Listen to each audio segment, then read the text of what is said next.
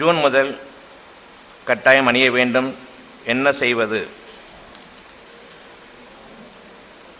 சோதனையும் வேதனையும் இல்லாத நிலையான மன அமைதியை கொண்டு இறைவனுக்கு பொருத்தமான வாழ்க்கையை வாழ வேண்டும். என்ன செய்வது?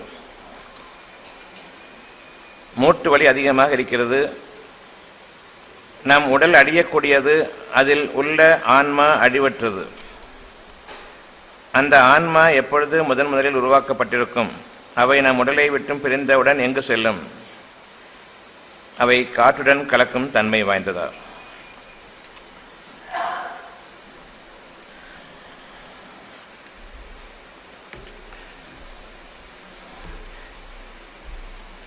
இந்த கேள்விகளில் பெரும்பாலானவை பல நன்மைகள் எனக்கு வேண்டும், ஆனால் என்ன செய்வது என்பது தெரியவில்லை. மூட்டு வலி இருக்கிறது, கோபம் இருக்கிறது, என்ன செய்வது? பயம் ஏற்படுகிறது. சில எனக்கு பிடிக்கவில்லை, ஆனால் கட்டாயப்படுத்துகிறார்கள். அதற்கு என்ன செய்வது? மன அமைதிக்கு என்ன செய்ய வேண்டும்? இன்னும் பல விஷயங்கள். சோதனையும் வேதனையும் இல்லாத வாழ்க்கையில் வாழ வேண்டும். எனவே மன விருப்பங்களின் அடிப்படையில் என் வாழ்க்கை நான் வாழ வேண்டும். ஆனால் வாழ வழியில்லை, வாழ தெரியவில்லை, வாழ விடமாட்டேன் என்கிறார்கள். இவை அனைத்துமே மனித சமுதாயத்தில் மனிதர்கள் தனக்குத்தானே செய்து கொள்ளக்கூடிய அநியாயங்களும், சமுதாயத்தில் பிறர் தனக்கு எதிராக அல்லது ஒருவர் மற்றவருக்கு எதிராக புரியக்கூடிய அநியாயங்களும் காரணங்களாக அமைகின்றன. எனக்கு நான் செய்யக்கூடிய அநியாயம் என் விருப்பங்களை மதித்து நான் வாழாததன் காரணமாகவே. ஒருவர் கூறுகிறார், எனக்கு ஹெல்மெட் அணிய பிடிக்கவில்லை, என்ன செய்வது? கார் வாங்கிக் கொள்ளுங்கள். ஏன் உங்களுடைய நிலையை பிறர் உயர்த்துகிறார்கள் என்பதை தவிர்த்து, எனக்கு ஹெல்மெட் அணிய பிடிக்கவில்லை, நான் 2 சக்கர வாகனம்தான் ஓட்டுவேன், உங்களுக்கு துரிதமாக செல்ல வேண்டும் என்ற ஆசை இருக்கிறது, வேகமாக செல்ல வேண்டும் என்ற ஆசை இருக்கிறது, சுகமாக செல்ல வேண்டும் என்ற ஆசை இல்லை.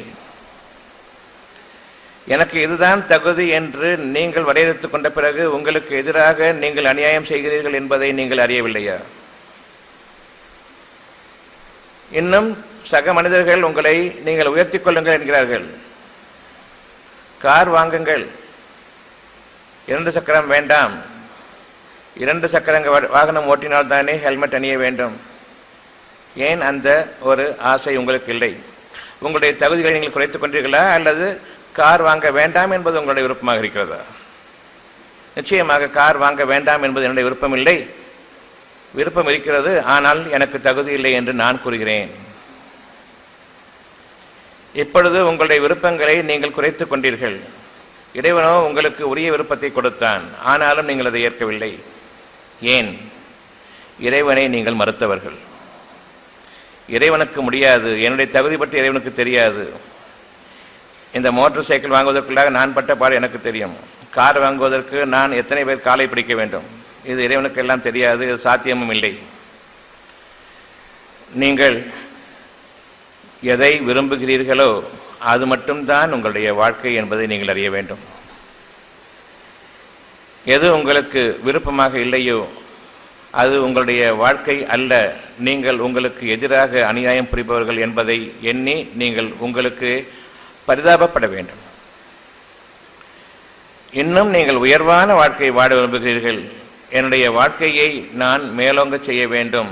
உங்களுக்கு தேவையெல்லாம் நம்பிக்கை மட்டும்தான். எனக்கு எது வேண்டும் என்பதை இறைவன் அறிவிக்கின்றான். என்னால் எது முடியும் என்பதை நான் இறைவனுக்கு அறிவிக்கின்றேன். இதில் யார் மேலானவர், யார் தகுதிகளால் உயர்ந்தவர், யார் விருப்பங்களை உங்களுக்காக நிறைவேற்றக்கூடியவர்? எனக்காக ஒரு விருப்பம் இருக்கிறது, நான் சம்பாதிக்க வேண்டும். சம்பாதிப்பதற்கு எனக்கு அறிவு வேண்டும். அந்த அறிவு மற்ற மனிதர்களெல்லாம் மிகைக்கக்கூடிய ஒரு அறிவாக இருக்க வேண்டும், அல்லது ஒவ்வொருடம் இருக்கக்கூடிய ஒரு தனித்தன்மை என்னிடமும் இருக்க வேண்டும். எனவே ஒவ்வொருவரும் தனித்தன்மையில் மற்றவரை விட மிகைத்தவர்கள், ஒவ்வொருவரும் யாரொருவருக்கும் கீழானவர் அல்ல. உங்களுடைய தனித்தன்மையை கொண்டிருக்கக்கூடிய உங்களுடைய அறிவு பிறருக்கு உதவியாக இருக்கின்றது. அந்த உதவியின் காரணமாக பிறர் உங்களுக்கு அளிக்கக்கூடியது சன்மானம். எனவே நீங்கள் சன்மானம் பெறுபவர்களாக வாழ்ந்து வாருங்கள், கூலி பெறுபவர்களாக வாழ வேண்டாம். மனதில் இருக்கக்கூடிய திருப்தியுடன் உங்களுக்கு ஒருவர் உதவ வேண்டும் அல்லது உதவி செய்ததற்குரிய சன்மானத்தை வழங்க வேண்டும். அது அன்பளிப்பாகவும் இருக்க வேண்டும், மதிப்புக்குரியதாகவும் இருக்க வேண்டும். அப்படிப்பட்ட சன்மானங்களை நாம் நமக்கு உதவி செய்தவர்களிடத்தே பரஸ்பரம் கொடுத்து பழக வேண்டும். அப்படிப்பட்ட ஒரு மனப்பான்மை, விசாலமான தாராளமான மனப்பான்மை நமக்கு வேண்டும். அந்த சமுதாயம் இங்கு இல்லை, உங்களுக்காக அந்த சமுதாயம் உருவாகும். உங்களுடைய நன்மைக்குரிய கூலி நன்மை மட்டும்தான், அதை போன்றது அல்லது அதற்கு மேலானது, அதற்கு கீழானது கிடையாது. நான் ஒருவருக்கு எந்த உதவியும் செய்துவிட்டால் அந்த உதவிக்கு உதவி என்று பதிலுக்கு பதில் என்று இல்லாமல் அதைவிட மேலானதை அவர் எனக்கு தரக்கூடும். நான் அவருக்கு செய்யக்கூடிய ஒரு உதவி பிரதிபலன் எதிர்பார்க்காத உதவியாக இருக்குமானால், எந்த ஒரு உதவியை நீங்கள் யாருக்கு செய்தாலும் சரி அது உதவி என்ற மனப்பான்மையுடன் செய்யுங்கள். முதலில் வியாபாரம் என்ற மனப்பான்மை கூடாது. எடுத்த எடுப்பில் அது உதவி என்ற மனப்பான்மை தான். பிரதிபலன் என்பது வியாபாரத்தின் அடிப்படையில், பிரதிபலன் எதிர்பார்க்காமல் நீங்கள் செய்வது மனிதனுக்கு செய்ய வேண்டிய உதவி, இறைவனுக்கு பொருத்தமான செயல் என்பதை உணர வேண்டும். வியாபாரத்தின் பக்கம் நாம் செல்லும் பொழுது நாம் கீழாகி விடுகின்றோம், வந்து வாங்கக்கூடியவர் மேலானவர்கள் ஆகிவிடுகின்றார். எப்பொழுது பிரதிபலன் எதிர்பார்க்காமல் நாம் ஒருவருக்கு உதவி செய்கின்றோமோ அப்பொழுது இறைவனிடமிருந்த மிகப்பெரிய நற்கோல் இருக்கின்றது. உங்களுக்கு இன்னும் அறிவின் திறன் உயரும். அந்த அறிவை கொண்டுதான் நீங்கள் ஒரு சில காரியங்கள் செய்கிறீர்கள். அந்த அறிவு மிகைக்க வேண்டும். என்னுடைய அறிவுக்கு மேலாக அது மிகைக்க வேண்டும். நாளுக்கு நாள் அது அதிகரிக்க வேண்டும். முந்தைய நாளைக்கு பிந்தைய நாளையுடைய ஞானங்கள் எனக்கு அதிகரிக்க வேண்டும். எனவே ஒவ்வொரு நாளும் நான் உயர்ந்து கொண்டிருக்கின்றேன்.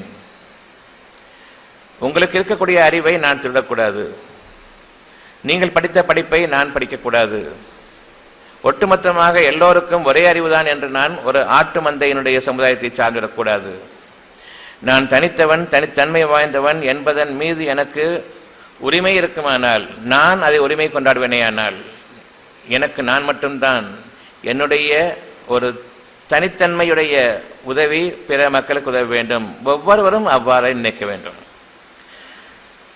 நானும் எம்பிபிஎஸ் படித்து விட்டேன், நீயும் எம்பிபிஎஸ் படித்து விட்டாய், உனக்கு நான் போட்டி, எனக்கு நீ போட்டி. யார் அதிகமான நோயாளிகளை பெறுகிறார்கள்? யார் அதிகமாக நோயாளிகளை ஏமாற்றுகிறார்கள்? யார் தங்களை அதிகமாக விளம்பரப்படுத்திக் கொள்கிறார்கள்? இதில் தான் நம்முடைய வாழ்க்கை என்று போட்டியை கொண்டும் பொறாமையை கொண்டும் பரஸ்பரம் பகைமையை கொண்டும் மனிதர்களுக்கு துரோகத்தை கொண்டும் நாம் வாழ்ந்து வரக்கூடிய இந்த வாழ்க்கை சொற்பமான பலன்களை அளிக்கக்கூடியது, மிகுதியாக உங்களுக்கு தீமையை பயக்கக்கூடியதாக இருக்கிறது. உங்களுடைய வாழ்க்கையில் நீங்கள் உயர வேண்டும் என்பது உங்களுடைய விருப்பமானால் உங்களை நீங்கள் உயர்த்திக் கொள்வது சாத்தியமில்லை. அறிவு வளர வேண்டும்.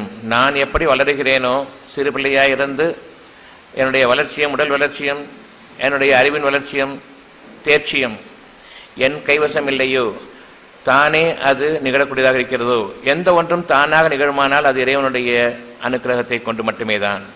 உங்களிடம் அது இல்லை. எனவே உங்களுடைய வாழ்க்கை உங்களுடைய அறிவின் திறத்தில் இருக்கிறது என்பதை நீங்கள் அறிய வேண்டும். அந்த அறிவின் திறனோ உங்களுக்கு முதன்முறையாக யார் ஒரு சொற்பமான அறிவை கொடுத்தானோ அவனே அந்த அறிவை உங்களுக்காக அதிகப்படுத்த கடமைப்பட்டவன். நீங்கள் மட்டும் இறைவனை நம்புவீர்களானால். அறிவு என்பது மனிதர்களிடமிருந்து நான் பெறக்கூடியதல்ல. என்னுடைய தனித்திறமையும் தனித்தன்மையும் அதன் நன்மையின் அடிப்படையில் இறைவனால் கொடுக்கப்படுமே ஒரு வெகுமானம், அதிகப்படியான விளங்கக்கூடிய தன்மை. அதன் காரணமாக ஞானங்களின் அதிகரிப்பு, அந்த ஞானங்களின் அதிகரிப்பு, அறிவின் கூர்மை இறைவனால் கொடுக்கப்படக்கூடியது. அது உங்களுடைய மனதின் தாராளத்தையும் விசாலத்தையும் பொறுத்ததாக அமைகிறது. எந்த அளவுக்கு இறைவன் உங்களுக்கு அறியும் திறனை கொடுத்தானோ அந்த அறியும் திறனை நீங்கள் செலவழிப்பீர்களானால், செலவு செய்வதென்றால் என்ன, கொடுத்ததை உபயோகப்படுத்துவீர்களானால் நிச்சயமாக அது உங்களுடைய வாழ்க்கைக்கு போதுமான வழிகாட்டியாக அமைகிறது. இன்றைக்கு யாரிடமும் கையேந்த வேண்டிய அவசியம் இல்லை என்ற அந்த ஒரு வாழ்க்கையை உங்களுக்கு கொடுக்கக்கூடியதாக இருக்கிறது. நீங்கள் மட்டும் மனிதர்களை விட்டு விலகுங்கள், மனிதர்களின் வழிமுறைகளை விட்டு விலகுங்கள். மனிதர்களோடு அவர்களுடைய அறிவை கொண்டு நீங்களும் கற்றுக்கொண்டு அவர்களுக்கு போட்டியாக நயவஞ்சகமாக வாழக்கூடிய அந்த வாழும் கலையை நீங்கள் விட்டுவிடுங்கள். உங்களுக்காக கொடுக்கப்பட்ட அறிவை தனித்தன்மையுடன் நீங்கள் உபயோகியுங்கள். அதில் உங்களுக்கு மிகுதியான வாழ்க்கை இருக்கிறது, நிரப்பமான வாழ்க்கை இருக்கிறது. நானும் என்னுடைய அறியும் திறனை விட்டுவிட்டேன். பிறர் எந்த வழியில் சம்பாதித்துக் கொண்டிருக்கிறார்களோ அந்த வழியில் நானும் புகுந்து அவர்களுடைய சம்பாத்தியத்திலிருந்து நானும் ஒரு பங்கை எடுத்துக்கொள்வேன் என்ற அடிப்படையில் தான் நம்முடைய வாழ்க்கையை நாம் அமைத்துக் கொண்டிருக்கின்றோம். ஒரு வீடியோகிராஃபிங் இருந்தாலும் சரி, இதிலும் ஒரு தனித்தன்மை இருக்கிறது. அதை நாம் உபயோகப்படுத்த நிச்சயமாக கடமைப்பட்டவர்களாக இருக்கின்றோம். எல்லோரிடமும் கற்றுக்கொண்டதை மட்டுமல்லாமல் என்னுடைய தனித்தன்மையை நான் சிந்திப்பேனேயானால் நிச்சயமாக இன்று இருக்கக்கூடிய ஒரு வாழ்க்கை வழிமுறையின் தனித்தன்மையிடம் இருக்கிறது. நான் கையாளக்கூடிய முறை வேறு, அடுத்த மனிதர் கையாளக்கூடிய முறை வேறு. ஒவ்வொருவருக்கும் தனித்தனி சிறப்பு. எந்த ஒன்றுமே பார்ப்பதற்கு ஒரே மாதிரியாக இருக்கிறது, ஆனால் நடைமுறையில் வித்தியாசம் இருக்கிறது. 2 டாக்டர்கள் இருந்தாலும் ஒருவரிடம் அதிகமான நோயாளிகள், இன்னொருடம் நோயாளிகளே கிடையாது. டாக்டர் ஈவோட்டி கொண்டிருக்கிறார் என்று கூறுவார்கள். ஏன்? ஒரே படிப்பு, ஒரே மாதிரியான டிகிரி, ஒரே சப்ஜெக்ட், ஒரே பரீட்சை, இருவரும் பட்டதாரிகள். ஒருவரிடம் நோயாளிகள் அதிகமாக வருகிறார்கள், இன்னொருடம் இல்லை. படிப்புக்கும் உங்களுடைய வாழ்க்கைக்கும் சம்பந்தம் இல்லை என்பதை அறிய வேண்டும்.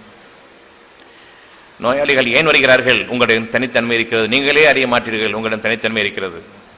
பல கடைகள் இருக்கின்றன, சில கடைகளில் கூட்டம் அதிகம், எல்லா கடைகளிலும் அதேதான். ஆனாலும் சில கடைகளில் கூட்டம் அதிகம். ஏன்? ஒரு தனித்தன்மை இருக்கிறது. தன்னை நம்புவது தனித்தன்மையை அங்கு அதிகரிக்கும். அந்த தனித்தன்மையின் காரணமாக உங்களிடம் வரக்கூடிய உங்களுடைய வாழ்க்கை ஆதாரங்கள் அதிகரிக்கும். உங்களை நீங்கள் நம்புவதை விட மனிதர்களுடைய வழிமுறைகளை நீங்கள் அதிகமாக நம்புகிறீர்கள். மனிதர்களுடைய வழிமுறைகள் நீங்கள் சென்றாலும் உங்களுடைய வழிமுறைகளை நீங்கள் அதிகமாக நம்புங்கள். அதில் உங்களுடைய வாழ்க்கை இருக்கிறது. எந்த வாழ்க்கை உங்களுக்கு தேவை என்பதை நீங்கள் முடிவு செய்யுங்கள். நான் வாழ வேண்டுமா அல்லது நான் வாழ வைக்கப்பட வேண்டுமா? எனக்கு நான் என்னுடைய உதவிகளை செய்து கொள்ள வேண்டுமா? பிறர் எனக்கு உதவி செய்வார்களா? எது உங்களுக்கு நியாயமானது? பிறர் உதவி செய்வார்கள் என்பதை அவ்வாறு எண்ணுவதும் உங்களுக்கு நியாயமாக தோன்றுகிறதா? நிச்சயமாக இறைவனிடத்தில் நியாயமில்லை.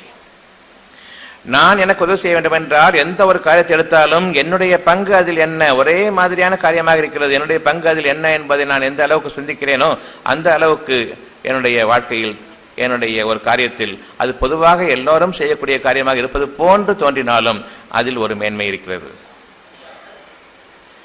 உங்களுடைய வாழ்க்கையில் எண்ணற்ற தேவைகள், பலவிதமான விருப்பங்கள் உங்களுக்காக நிச்சயமாக நீங்கள் கடமையாற்றிக் கொள்ளக்கூடிய வழிபாதையில் அது அமைகிறதே தவிர ஊர் உங்களுக்கு உதவும், ஊர் படிப்பு உங்களுக்கு உதவும், மற்றவர்களுடைய வழிமுறையில் நான் எனக்குரியதை சம்பாதிக்க முடியும் என்பது கிடையாது. நாம் நிச்சயமாக பெரும்பாலும் தீமைகளை அதிகமாக சம்பாதித்துக் கொண்டவர்களாக இருப்போம். உங்களுடைய விருப்பங்களை நீங்கள் பின்பற்றி ஆக வேண்டும். எது உங்களுக்கு விருப்பமாக இருக்கிறதோ, சாத்தியமில்லை என்ற அந்த ஒன்றை நீங்கள் நீக்கிக் கொள்ளுங்கள்.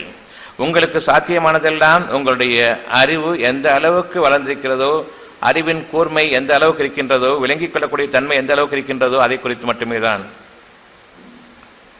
விளங்கிக் கொள்ளக்கூடிய தன்மையை எனக்கு இருதயத்தில் இருக்கிறதே தவிர இருதயத்திற்கு அப்பால் இல்லை. மனம் கவலை கொள்கின்றது. ஏன்? தான் விரும்பியதை அடைய மாட்டோமோ என்று அது இயங்குகிறது. தன்னுடைய தேவைகளை என்னால் நிறைவேற்றிக் கொள்ள முடியுமா, என்னுடைய அத்தியாவசிய தேவைகளை என்னால் நிறைவேற்றிக் கொள்ள முடியுமா என்று மனம் கவலைப்படுகின்றது. மனதில் ஒரு விருப்பம், நான் அதை நம்ப மறுக்கின்றேன். எனவே அந்த கவலை என்னுடைய நிராகரிப்புக்கு தண்டனையாக. வேண்டும் என்று இறைவன் அறிவிக்கும் பொழுது, மனதுக்கு அறிவிக்கும் பொழுது அது முடியாது என்று நான் நிராகரிக்கின்றேன். வேண்டும் என்று விரும்புங்கள், அதை தருவது நான் தான், நீங்கள் அல்ல என்பது இறைவனுடைய வாக்காக இருக்கின்றது. யார் உங்களுக்கு அந்த விருப்பத்தை படைத்தானோ அவன்தான் உங்களுக்கு அதை நிறைவேற்றி தரக்கூடிய வழியை அறிவிக்கும் கடமைப்பட்டவனை தவிர உங்களிடம் அதை நிறைவேற்றிக் கொள்ளுங்கள் என்று சொல்லவில்லை.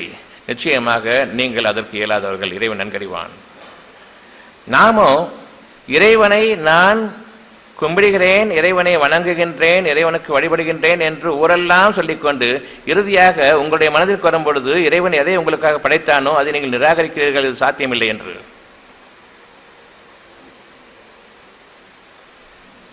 அப்படி என்றால் ஊருக்கு காண்பிக்கக்கூடிய அந்த இறைவணக்கத்தை இறைவன் நேசிப்பதில்லை, இறைவன் வெறுக்கின்றான் அத்தகையவர்களை. எனவே அவர்களுக்கு விருப்பங்கள் இருக்கிறது, ஆனால் அவர்கள் அதை நிறைவேற்றிக் கொள்ள வழி அறிய மாட்டார்கள். ஊருக்கு அவர்கள் அறிவிப்பவர்கள் நான் இறை வணக்கம் செய்பவன் என்று. தங்களுடைய அங்க அடையாளங்களிலும் பூசிக்கொள்வார்கள், காட்டிக்கொள்வார்கள் நான் இறைவனுக்கு பயபக்தியாளன் என்பதை.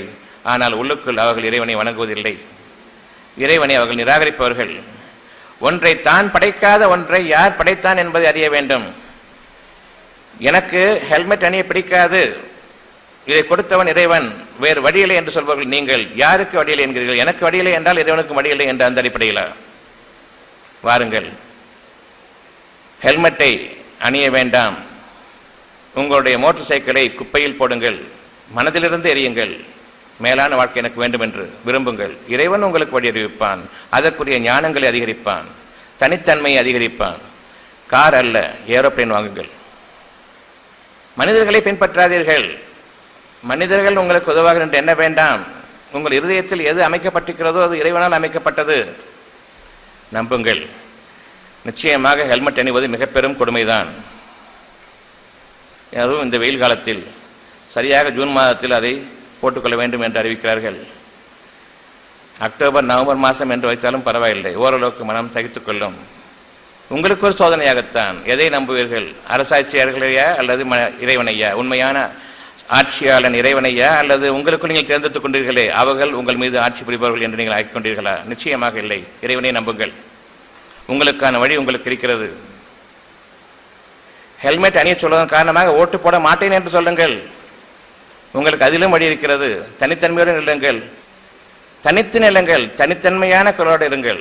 அவர்கள் என்ன கூறுகிறார்கள் என்று பார்க்க வேண்டாம். எனக்கு ஒத்துழைதான் என்று பாருங்கள். என்னுடைய ரெப்ரசன்டேட்டிவ் அங்கே இருக்கிறார், எனக்கு ஒத்துழைதான் என்று பாருங்கள். பெரும்பாலும் உங்களில் யாருமே ஹெல்மெட் அணிய விரும்ப மாட்டீர்கள்.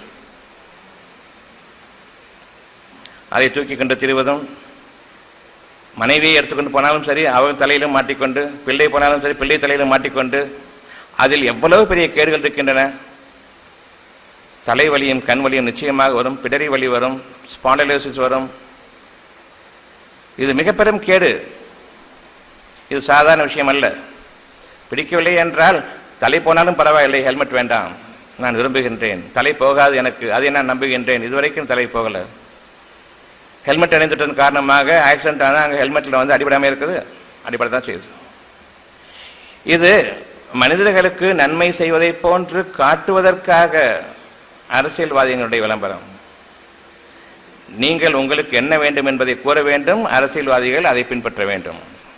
உங்களுடைய கூலி ஆட்கள் அரசியல்வாதிகள், ஆனால் அவர்களையே நீங்கள் எஜமானர்களாக ஆக்கிவிட்டீர்கள். இனி உங்களுடைய நிலைமை அடிமைகள்.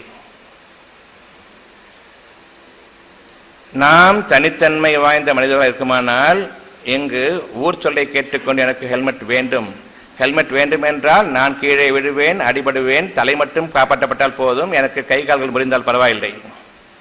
தலை மட்டும்தான் அடிபடும். தலை அடிபட்டால் ஒரு சமயத்தில் இறந்து போவாங்க. கை கால் முடிஞ்சு போனால் வாழ்நாள் போகிறோம். அதுக்கு என்ன செய்கிறது? இப்போது நம்பிக்கையில் தானே ஓடிட்டு இருக்குது. உள்ளட்சம் இருந்தால் போதுமே, கவனம் திரும்புமே. என்னுடைய கவனம் மட்டும் இல்லை, எதிராளியுடைய கவனமும் எனக்கு தெரியும் எந்த அளவுக்கு என்று என்னை பாதுகாத்துக் கொள்ள முடியும். உள்ளட்சம் வேண்டும். எந்த ஒரு காரியத்திலும் சரி, சாதாரண காரியமாக இருந்தாலும் சரி, மிகப்பெரிய காரியமாக இருந்தாலும் சரி, உள்ளட்சத்துடனும் பயபக்தியுடனும் நீங்கள் ஒரு காரியத்தை செய்வீர்களானால், இறைவனுடைய உதவியை நாடியவர்களாக ஒரு காரியத்தை செய்வீர்களானால், உள்ளட்சம் இருக்கும்போது நிச்சயமாக இறை பிரார்த்தனையும் கூட இருக்கும். நம்பிக்கை கொள்ள வேண்டும். என்னுடைய உள்ளட்சத்தின் காரணமாகவே எனக்கு கவனம் திரும்புகின்றது. அந்த கவனம் மிகப்பெரிய ஞானங்களாகும். நான் மட்டும் கவனமாக ஓட்டுவதில்லை, எதிரில் வருபவனுடைய கவனமும் எனக்கு இருக்க முடியும். நான் எந்த விதத்தில் அவனை விட்டு பிரிய வேண்டும் என்று.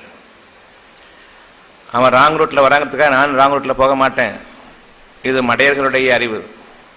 நான் ஒதுங்கி செல்கின்றேன் என்னுடைய நன்மைக்காக. எனவே உங்களுடைய வாழ்க்கையில் நீங்கள் எதை பின்பற்றுவீர்கள், எதை பின்பற்றக்கூடாது, உங்களுடைய விருப்பங்களை நீங்கள் பின்பற்றுங்கள், மனிதர்களை பின்பற்றாதீர்கள். மனிதர்களிடம் இத்தகைய அறிவு இல்லை, என்னுடைய விருப்பங்களை ஏற்றக்கூடிய அறிவு இல்லை. உங்களுக்கு அறிவு வேண்டும். மனிதர்களுக்கு அறிவு இல்லை என்பதன் காரணமாக எனக்கும் அறிவு வேண்டாம் என்ற கூறுகிறீர்கள்.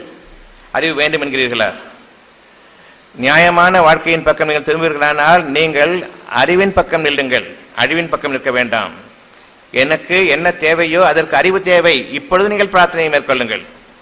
இறைவனிடம் எப்படி நீங்கள் பிரார்த்தனை மேற்கொள்வீர்கள்? எனக்கு அறிவு தேவை என்பதை, என் இறைவனே என்னுடைய அறியும் தன்மை அதிகமாக்கு. இது உங்களுடைய பிரார்த்தனையாக இருக்க வேண்டும். இந்த பிரார்த்தனையில் நாளைய வாழ்க்கையில் நான் எந்த சிக்கலிலும் எந்த சோதனையிலும் என்னை ஆக்கிக் கொள்ளக்கூடாத அந்த ஒரு பாதையை எனக்கு இறைவன் அறிவிப்பான். மனிதர்களை பின்பற்றும் பொழுது காலையில் 8 மணிக்கு சாப்பிட வேண்டும், 1 மணிக்கு சாப்பிட வேண்டும், பிறகு இரவு 8 மணிக்கு சாப்பிட வேண்டும்.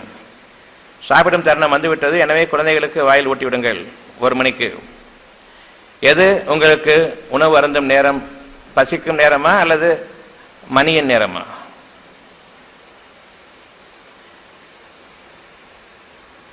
எப்படி நாம் மனிதர்களை பின்பற்றுகிறோம்? இது லஞ்ச் அவர், இது டின்னர் அவர், இது டீ அவர், இது மார்னிங் பிரேக்ஃபாஸ்ட் அவர்.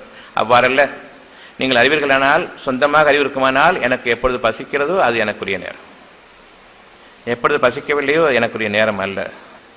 எப்பொழுது பசியும் ருசியும் சேர்ந்திருக்கிறதோ அது முறையான பசி தேவை. எப்பொழுது பார்த்ததும் பசிக்கிறது ஆனால் அதற்கு முன்வரை பசி இல்லையோ அது பொய்யான பசி. பசியும் ருசியும் சேர்ந்திருக்க வேண்டும். ருசிக்கவில்லை, பசிக்கிறது, இன்னும் ஜீரணம் ஆகவில்லை, இன்னும் ஜீரணிக்கும் திறன் வரவில்லை, பசியும் ருசியும் சேர்ந்து வரும் முறையில் சாப்பிட வேண்டாம். அதற்காக ருசியை அதிகப்படுத்த வேண்டாம். எவ்வளவு கேடு நம்முடைய வாழ்க்கையில் நாம் செய்யக்கூடிய கேடுகள். சாதாரண உணவு கூட எப்படி நமக்கு அந்த உணவை எடுத்துக்கொள்ள வேண்டும் என்பது தெரியாது. குழந்தை பிறந்ததும் அதற்கு வயிற்று வலி, வயிற்று அஜீரணம், வயிற்று உபாதைகள், பெரும்பாலும் வயிற்று உபாதைகள் கத்து என்று கத்தி தீர்த்துவிடும். அந்த குழந்தைக்கு தேவையானது உணவா அல்லது தாகமா என்று கூட அறிய மாட்டீர்கள். உணவுக்குத்தான் குழந்தைக்கு பால் கொடுக்க வேண்டும். பிறந்த குழந்தைக்கு அதாவது பசி எடுத்தால் பால் கொடுக்க வேண்டும், தாகம் எடுத்தால் அதற்கு தண்ணீர் மட்டும்தான் கொடுக்க வேண்டும். ஆனால் இரண்டுக்குமே சேர்த்து நீங்கள் பாலை கொடுத்து அமர்த்தி விடுவீர்கள். அங்கு வயிற்று உபாதைகள் உருவாகின்றன, அங்கு அதற்கு அஜீரணம் உருவாகிறது. அந்த குழந்தைக்கு கூட என் குழந்தை என்று கூறுவீர்கள், நான் பெற்றெடுத்தேன் என்று கூறுவீர்கள். ஆனால் அதற்கு என்ன கொடுக்க வேண்டும் என்று தெரியாது. எப்பொழுது தண்ணீர் கொடுக்க வேண்டும், எப்பொழுது அதற்கு பால் கொடுக்க வேண்டும் என்று தெரியாது. குழந்தைக்கு வயிற்று வலிக்கிறது என்ன தெரியல. ஏன் தெரியல? டாக்டருக்கு என்ன தெரியும்? எனக்கு தெரியாதது என் குழந்தைக்கு என்ன வேண்டும் என்று எனக்கு தெரியாது, டாக்டருக்கு தெரியும் என்கிறீர்கள். எவ்வளவு மடத்தனம் இது! உங்களை அறிவில்லாதவனாக படைத்து விட்டான் என்று ஊருக்கு பறைசாட்டுகிறீர்கள். அறிவில்லாதவனை அறிவுள்ளவன் என்று நீங்கள் அவர்களை விளம்பரப்படுத்துகிறீர்கள். உங்களுக்கு என்ன கேடு? எப்படி உங்களுடைய தேவைகளுக்கு மனிதர்களை நாடுவீர்கள்? கொஞ்சம் கவனித்தால் போதுமே. பிள்ளைக்கு தாகமும் எடுக்கும், பசியும் எடுக்கும். தாகத்திற்கு தண்ணீர் தான் கொடுக்க வேண்டும், பசிக்கு உணவு கொடுக்க வேண்டும். பால் என்பது குழந்தைக்கு உணவு, தண்ணீர் என்பது தாகத்திற்கான ஒரு நீர் என்பதை நீங்கள் அறிந்திருந்தும் பிள்ளை கத்துகிறது பாலை கொடு, பிள்ளை கத்துகிறது பாலை கொடு. அது தண்ணீர் தாகத்திற்காக கத்தும்போது நீங்கள் உணவு கொடுப்பீர்களானால் நிச்சயமாக அந்த உணவு ஜீரணிக்காது. யாருக்காவது இரவில் எடுத்ததும் பசி எடுக்குமா, தண்ணீர் தாகம் எடுக்குமா? தூக்கத்தில் எழுந்து விட பிறகு பசி எடுக்குமா, தண்ணீர் தாகம் எடுக்குமா? தாகம் எடுக்கும். ஆனால் இரவில் குழந்தையை கத்தும்போது நீங்கள் என்ன செய்வீர்கள்? நீங்கள் தூங்க வேண்டும் என்பதற்காக, டிஸ்டர்ப் பண்ணாமல் இருக்கிறதுக்காக பிள்ளை பாலை கொடுத்துட்டு அமர்த்தி விட்டு காலையில் வீடுன்னு கத்திட்டு இருக்காது. ராத்திரியெல்லாம் முடிச்சுட்டு இருக்குது, காலையில் தூங்குது. ஏன்? ராத்திரியை பகலை மாற்றிட்டீங்க, பகலை ராத்திரியை மாற்றிட்டீங்க. எப்போ உணவு கொடுக்கக்கூடாது உணவு கொடுத்தீங்க, அது எப்படி நீங்கள் தூங்காது? இதற்காக மருந்து. மருந்து என்ன? வயிற்றை அமர்த்துவது, பசியை அமர்த்துவதில்லை, வயிறை இயங்காமல் செய்வது. இது மருந்து. டாக்டரிடம் சென்று விட்டேன், பெரிய டாக்டரிடம் சென்று விட்டேன். அவர் குழந்தை ஸ்பெஷலிஸ்ட் கொடுத்து விட்டால் சரியாக போய்விட்டது. வயிறு சரியாயிடுச்சு, அவ்வளோதான். இனி அங்கே ஜீரணம் இருக்காது, பசி எடுக்காது. குழந்தைகளுக்கு அவ்வளவு செல்லி தொல்லையும் உண்டாகும். ஜுரம் மாறி மாறி வரும். இறுதியில் பிளட் கேன்சர் வரைக்கும் சென்றுவிடும்.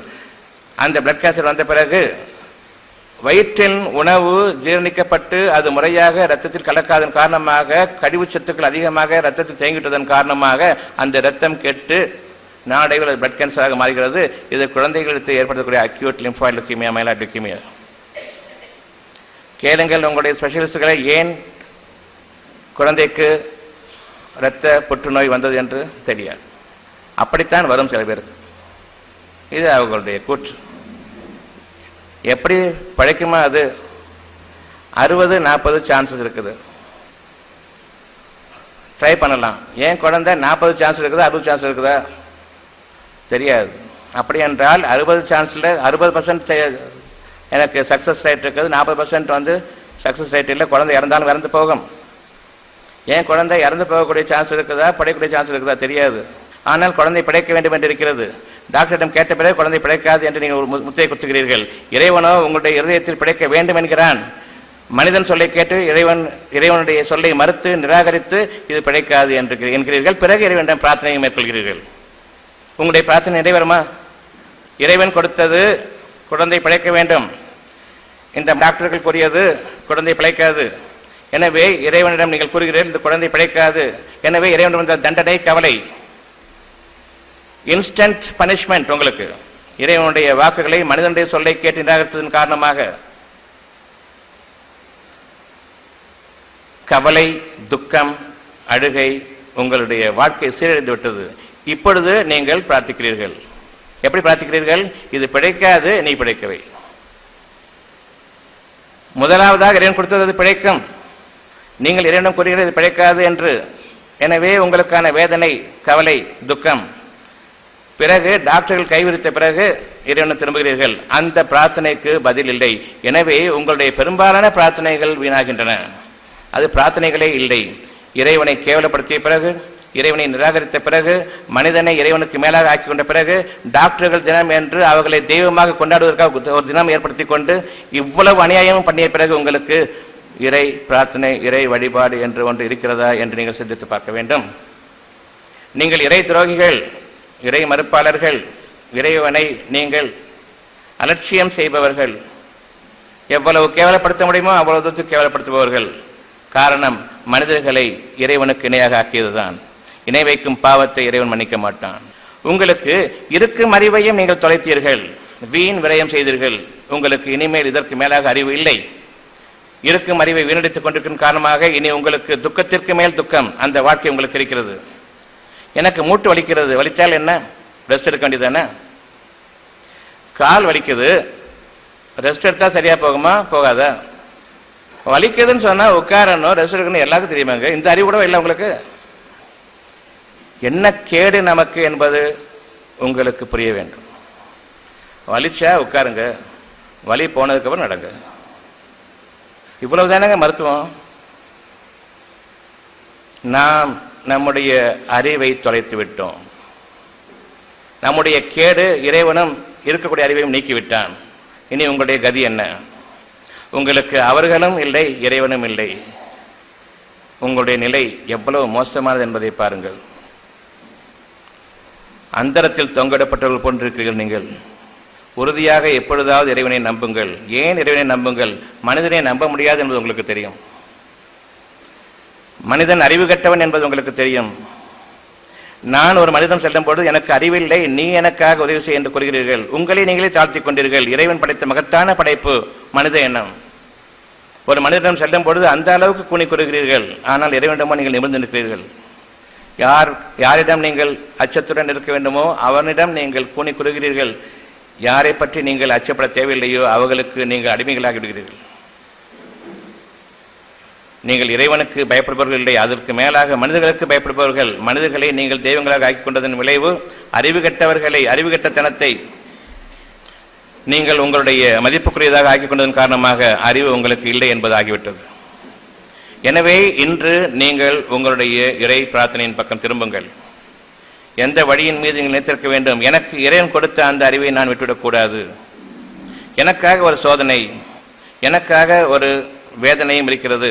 இந்த சோதனையில் எனக்கு இறைவன் அறிவித்தது, இதிலிருந்து நீங்கள் விடப்பட வேண்டும். எனவே நான் இறைவன் பக்கம் திரும்புகின்றேன்.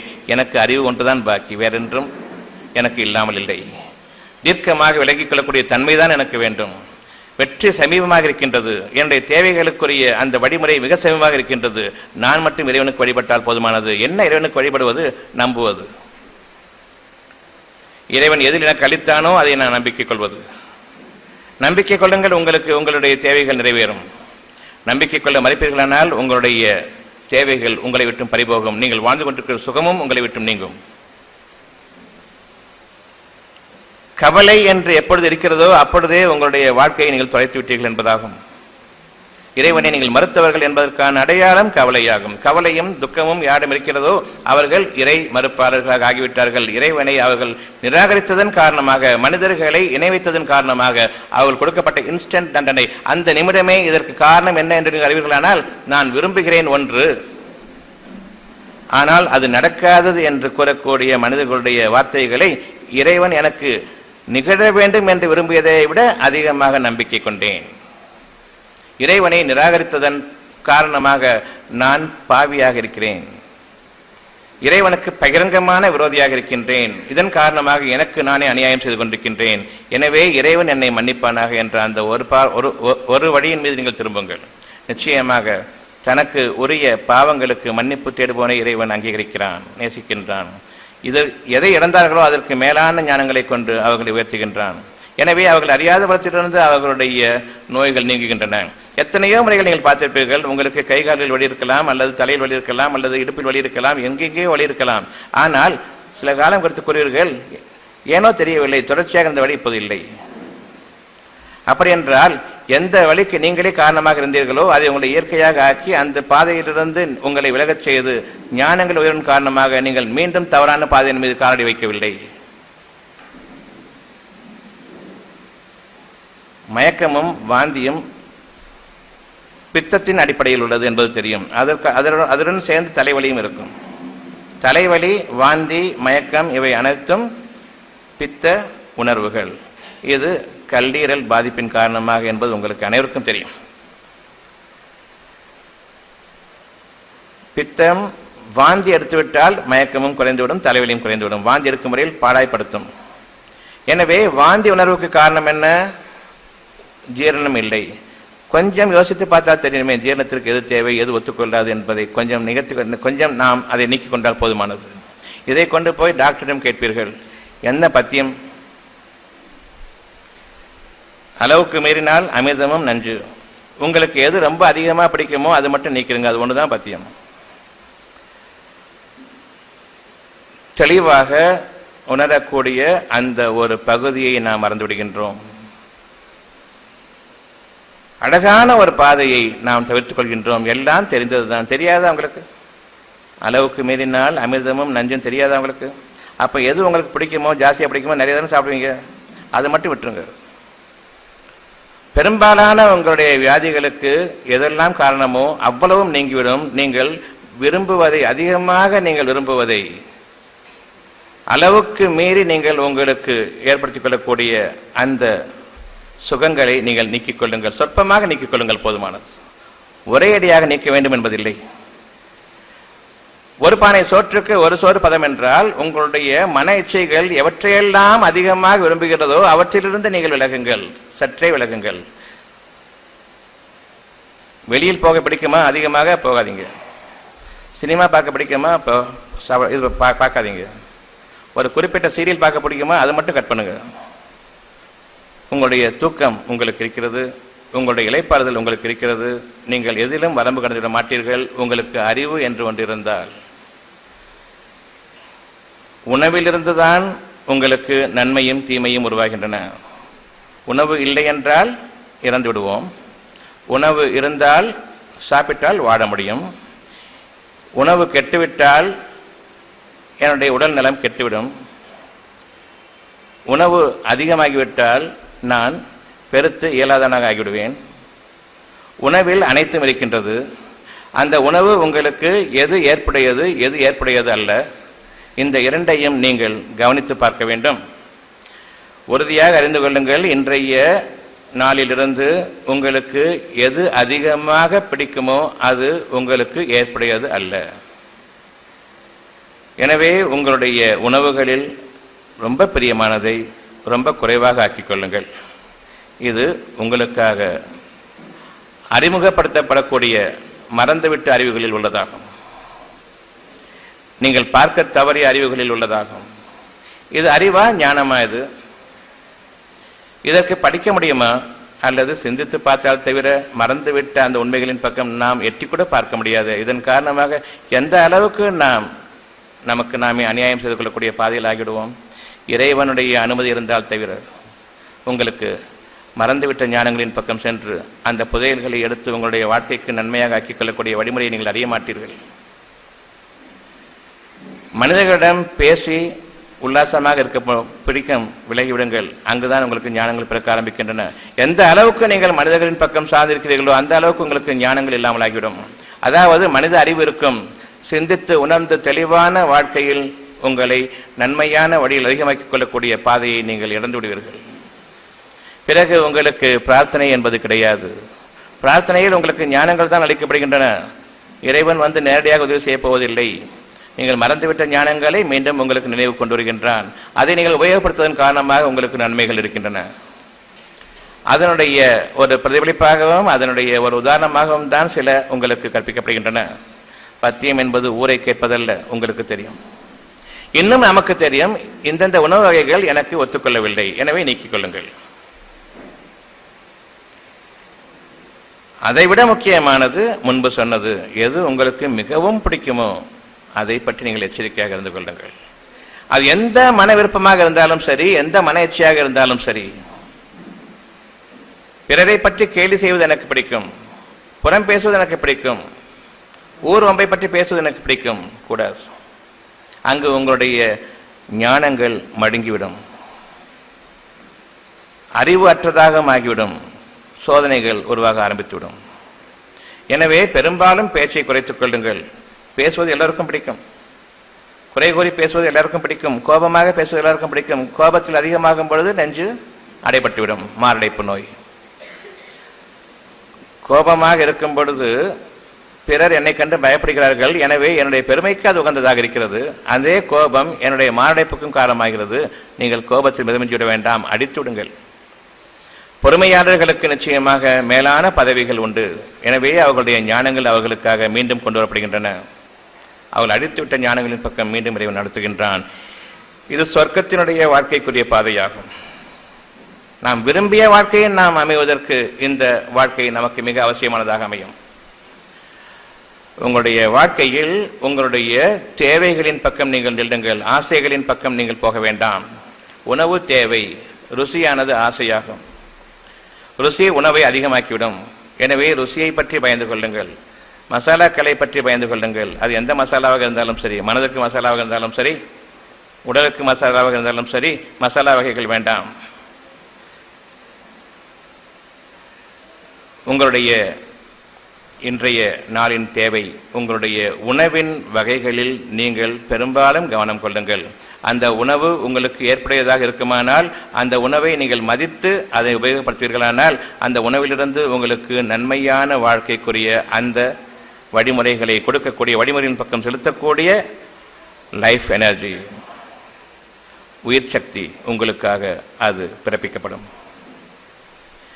எனக்கு ஒரு கேடு என்றால் என்னுடைய உணவின் காரணமாகவே, மனச்செயலின் காரணமாகவே. மனச்செயலினுடைய அடிப்படை உணவில் அமையும். எந்த அளவுக்கு உணவு அதிகமாக இருக்கிறதோ அந்த அளவுக்கு மனச்செயல் அதிகமாகும். என்ன சொல்லுவாங்க சாதாரணமாக, அநியாயக்காரனை பார்த்து அல்லது பிள்ளைகள் அடங்காட்டி என்ன சொல்லுவாங்க, உனக்கு கொழுப்பு ஜாஸ்தி ஆயிடுச்சு, 2 நாள் பட்டினி போட்டால் சரியாக போயிடும் இல்லையா? அந்த கொழுப்பு என்ன?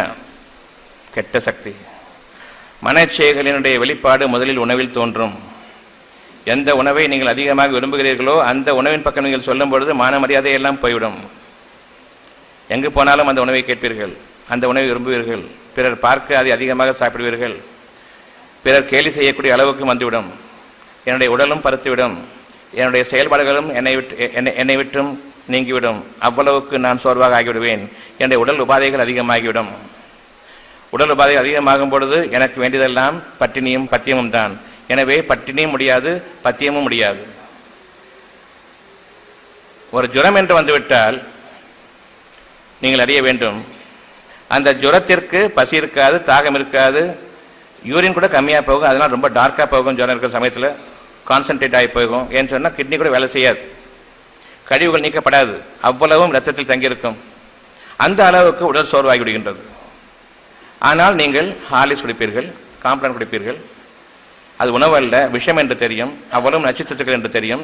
இருந்தாலும் ஊரெல்லாம் சாப்பிடுகிறது என்று நீங்களும் ஹார்லிக்ஸ் பாட்டில் வாங்கி கொண்டு கொடுப்பீர்கள். இது நன்மை என்று நீங்கள் நினைப்பீர்கள்.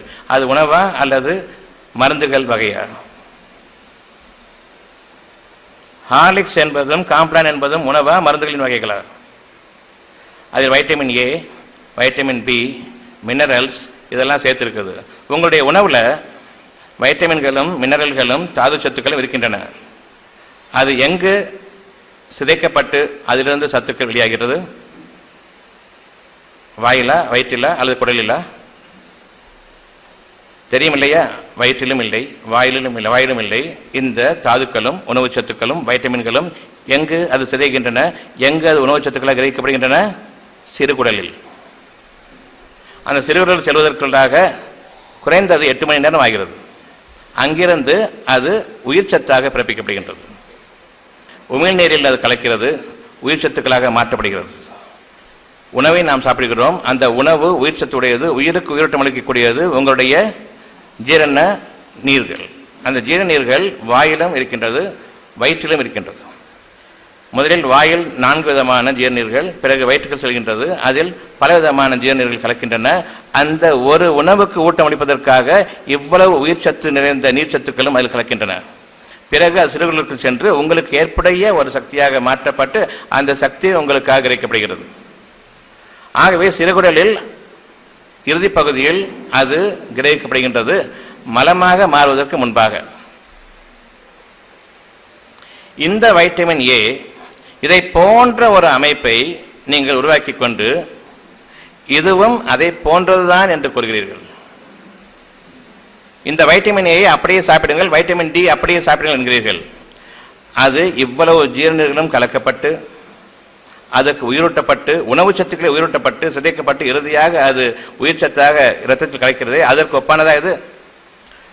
உயிர் சத்துக்கள் கலக்கப்பட்டு விட்டனவா? அதில் அது உணவா? கிடையாது, உணவு கிடையாது.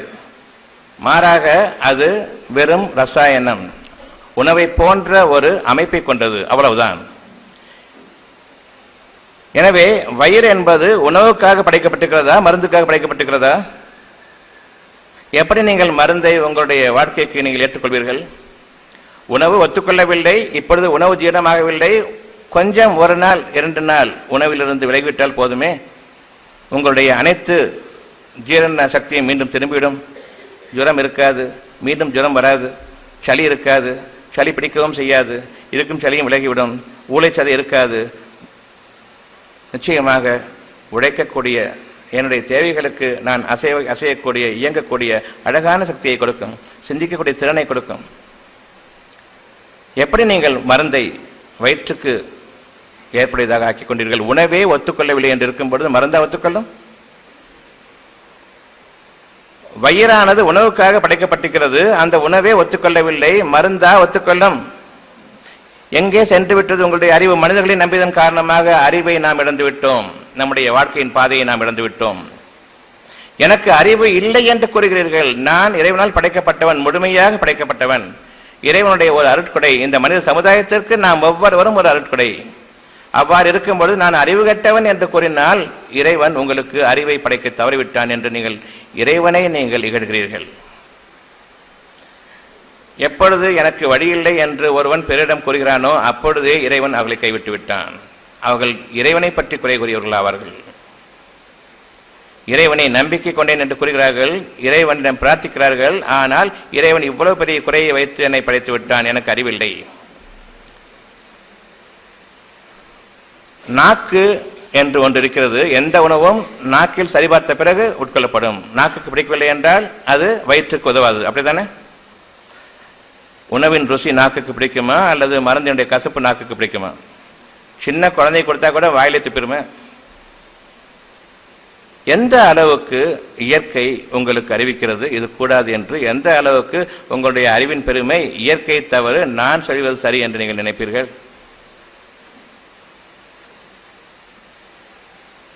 குடலின் இறுதி பகுதியில் மலம் என்ற ஒன்று உருவாகக்கூடிய அந்த பகுதியில் உருவாகக்கூடியது இந்த விட்டமின் ஏ, பி, சி, அனைத்து தாது பொருள்களும். இதை நீங்கள் வாயில் போடுகிறீர்கள் என்றால் அதுக்கு பொருள் என்ன தெரியுமா? மலத்தை நீங்கள் சாப்பிடுகிறீர்கள் என்பது பொருளாகும். ஆங்கில மருத்துவர்கள் கூறுவார்கள் இது உங்களுக்கு நன்மையானது என்று. குழந்தைகளுக்கு கொடுங்கள், ஒட்டகச்சிவிங்க காமிச்சிட்டு இதை மாதிரி வளர்ந்துருந்தீங்க, உடனே பிள்ளையை கொடுங்க, என் பிள்ளை ஒட்டகச்சிவிங்க மாதிரி ஆகிடும். எந்த அளவுக்கு அப்பட்டமான பொய் சொல்கிறான் என்று தெரிந்த பிறகும் நம்முடைய அறிவின் கேடு, இறைவனை நிராகரித்ததன் கேடு, என்னுடைய அறிவை நான் சிந்திப்பதை தவிர்த்து மனிதனுடைய அறிவை நம்பியதன் கேடு, இறைவனுக்கு பதிலாக மனிதனை இணை வைத்ததன் கேடு, நாம் நிச்சயமாக அக்கிரமக்கார சமூகத்தார்கள் ஆகிவிட்டோம். நமக்கு நாமே அநியாயம் செய்யலாகிவிட்டோம். நிச்சயமாக இறைவன் நமக்கு ஒரு அணுவளவும் அநியாயம் செய்யவில்லை. நம்முடைய நன்மைகளின் பக்கம் நாம் விரைய வேண்டுமென்றால் உங்களுடைய உணர்வுகளின் பக்கம் நீங்கள் திரும்புங்கள். உங்களுடைய உணர்வுகள் எத்தகையதென்றால் உங்களுக்கு நன்மையை தவிர அது அளிக்காது. அந்த உணர்வுகளில் உங்களுக்கான நன்மதிப்பும் நற்செய்தியும், அதாவது ஞானங்கள் நிரம்பியிருக்கின்றன. உணர்ச்சி வசப்பட்டவர்களாக ஆகிவிட்டார்கள். அங்கு அறிவும் அடங்கிவிட்டது. உணர்வுகளின் உயரத்திலிருந்து அறிவினுடைய ஆழத்திற்கு நீங்கள் வந்துவிட்டீர்கள். உணர்வுகளால் நீங்கள் வாடும் பொழுது வானங்களின் உயர்வுக்கு உங்களுடைய எண்ணங்களினுடைய மதிப்பும் அதன் மீது கொள்ளக்கூடிய நம்பிக்கையும் நிலைத்திருக்கும். எப்பொழுது உணர்ச்சிகளில் ஆகிவிட்டீர்களோ, கோபம் கொள்வதும் பொறாமை கொள்வதும் பெருமை கொள்வதும் என்ற அந்த உணர்ச்சிகளில் ஆகிவிட்டீர்களோ, அப்பொழுதே நீங்கள் உங்களுடைய உணர்வுகளின் தகுதி இழந்து விட்டீர்கள். வானலா உயரக்கூடிய அந்த ஞானங்களின் பகுதியை நீங்கள் இழந்து விட்டீர்கள். இனி பூமியில் ஆடு மாடுகளை போன்று மேயக்கூடிய அளவுக்குத்தான் உங்களுடைய அறிவு. வானங்களிலிருந்து எனக்கு மழை பொழிய வேண்டும், மழை பொழியவில்லை என்றால் இந்த பூமி இறந்துவிடும் என்பது நமக்கு தெரியும். இருந்தாலும் பூமியிலிருந்து எனக்கு நீர் இருக்கிறது என்று நீங்கள் பூமிக்குள் இறங்குவீர்கள் தவிர வானத்திலிருந்து மழை பெய்கிறது, இந்த மேகங்களை கூட்டுவது எப்படி என்பதை நீங்கள் அறிய மாட்டீர்கள். எதற்காக? உங்கள் கண் முன்பாகவே மேகங்களை படிப்படியாக எடுத்து அதை ஒன்று கூட்டி அதை அடர்த்தியாக செய்து சூழ்கொண்ட கருமேகங்களாக ஆக்கி அதிலிருந்து பொழியக்கூடிய தண்ணீரை கொண்டு உங்களுக்கு புகட்டி இறந்து போன பூமியை உயிர்ப்பிக்கின்றானே, நீங்கள் அதை பார்க்கவில்லையா? மரங்களும் காடுகளும் அங்கிருந்து விளைந்ததாகும். பூமியிலிருந்து நீர் எடுத்து பாய்ச்சி ஒரு காடை செஞ்சுருங்க பார்ப்போம், ஒரு காடை வளர்த்துருங்க பார்ப்போம். பூமியிலிருந்து நீரை பாய்ச்சி இத்தினோண்டு அளவுக்கு செடியை வளர்க்க முடியுமே தவிர ஒரு மரத்தையோ ஆலமரத்தையோ உங்களால் வளர்த்து விட முடியாது. வானங்களில் நீர்ச்சத்துக்கள் அவசியம். வானங்களிலிருந்து பொழியக்கூடிய மழை அவசியம். வானலாவிய கிளைகளும் அதன் பலன்களும் உங்களுடைய வாழ்க்கை வழிமுறைகளும் உங்களுடைய தேவைகளும் கிளைகளாக பறந்திருக்கக்கூடிய உங்களுடைய தேவைகளும் உங்களுக்கு நன்மையாக அதனுடைய பலன்களை அனுபவிக்கக்கூடிய கனிகளாக உங்களுக்கு வந்து சேர வேண்டும் என்றால் நீங்கள் வானங்களின் பக்கம் திரும்புங்கள். உங்களுடைய உணர்வுகளின் பக்கம் நீங்கள் திரும்புங்கள். உணர்ச்சிகளில் நீங்கள் மடிந்துவிட வேண்டாம். ஆடு மாடுகளை போன்று பூமியில் என்ன கிடைக்கின்றதோ அதை மேயக்கூடிய அளவுக்கு ஆகிவிடுவீர்கள். வானத்திலிருந்து மழை பொழிந்தாலும் பூமிக்குள் தான் தண்ணீர் இருக்குது என்பீர்கள். அந்த தண்ணீரில் உங்களுக்கு உயிர் சத்து கிடையாது. வானத்திலிருந்து பொழியக்கூடிய தண்ணீர் ஸ்வீட்டாக இருக்குமா, பூமிக்குள்ளேருந்து எடுக்கிற தண்ணீர் வந்து கடுப்பாக இருக்குமா? நாக்குக்கு எது சரியானது, ருசியானது, அது உங்களுடைய உடலுக்கு சுவையானதாகும், நன்மையானதாகும். நாக்குக்கு எது ருசி இல்லையோ அது உங்கள் உடலுக்கு நிச்சயமாக நன்மையானதல்ல. எனவே நாக்கை நீங்கள் பாதுகாத்துக் கொள்ளுங்கள். நாக்குக்கு ஒரு ருசி குறைந்தால் அந்த ருசியின் பக்கம் திரும்புங்கள். மனிதர்களால் ருசியை தர முடியாது. இறைவனிடம் பாவமன்னிப்பு தேடுங்கள். காய்க்கும் பழங்கள் கனியும். அந்த கனிந்திருக்கும் பழங்களில் பாதி புளிப்பும் பாதி காய்ப்பும் பாதி வெம்பி போனதுமாக இருக்காது. எப்பொழுது இவையெல்லாம் கலந்து விட்டதோ உங்களுக்கான கேடு. கனிகள் இல்லை, காய்கள் இல்லை. இந்த இரண்டிலும் வெவ்வேறு குணங்கள் இருக்கின்றன. இரண்டும் கெட்டான். வெம்பி போனதும் காய்த்தும் காயாததும் படுத்தும் படுக்காததும் இப்படித்தான் உங்களுடைய உணவு அமையும். இன்னும் கசப்புள்ளதாகவும் அழுகியதாகவும் நீங்கள் சாப்பிட வேண்டியிருக்கும். உங்களுடைய நாக்கை கவனியுங்கள். நாக்குக்கு ருசியான உணவு எதுவோ அது வளமான பூமி. அங்கு வாழக்கூடிய மனிதர்கள் நன்மையானவர்கள், இறைவனுடைய பாக்கியம் பெற்றவர்கள். நான் நல்லடியார்களின் கூட்டத்தில் சேர வேண்டும் என்று உங்களுடைய விருப்பமாக இருக்க வேண்டும்.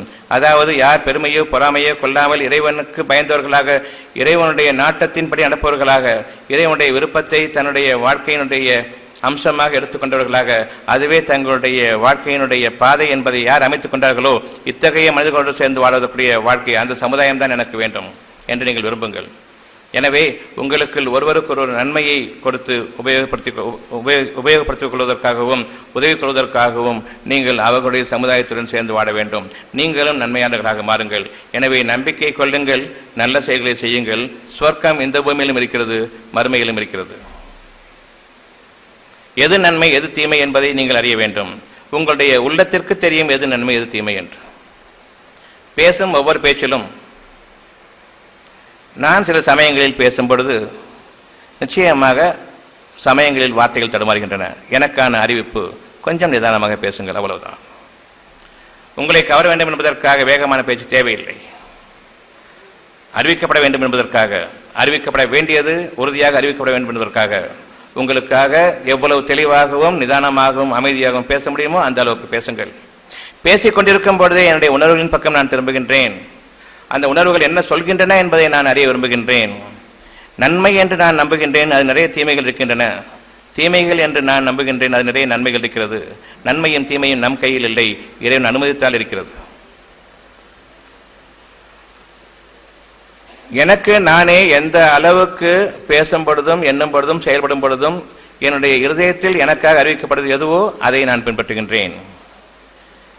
பேச்சுக்களில் வாயை திக்கும் பொழுது உடனடியாக அடுத்த நிமிடமே அந்த வார்த்தையினுடைய வேகமும் அதனுடைய சப்தமும் அடங்குகிறது. இது இறைவனுக்கு அடக்கமாகும், இறைவனுக்கு பணிவதாகும், இறைவனை தொழுவதாகும். எனவே வீண் பெருமைக்காக இங்கு வரவில்லை, இறைவனுடைய அனுமதிக்காகவும் அவனுடைய அனுக்கிரகத்துக்காகவும் நாம் இங்கு குடிமிருக்கிறோம்.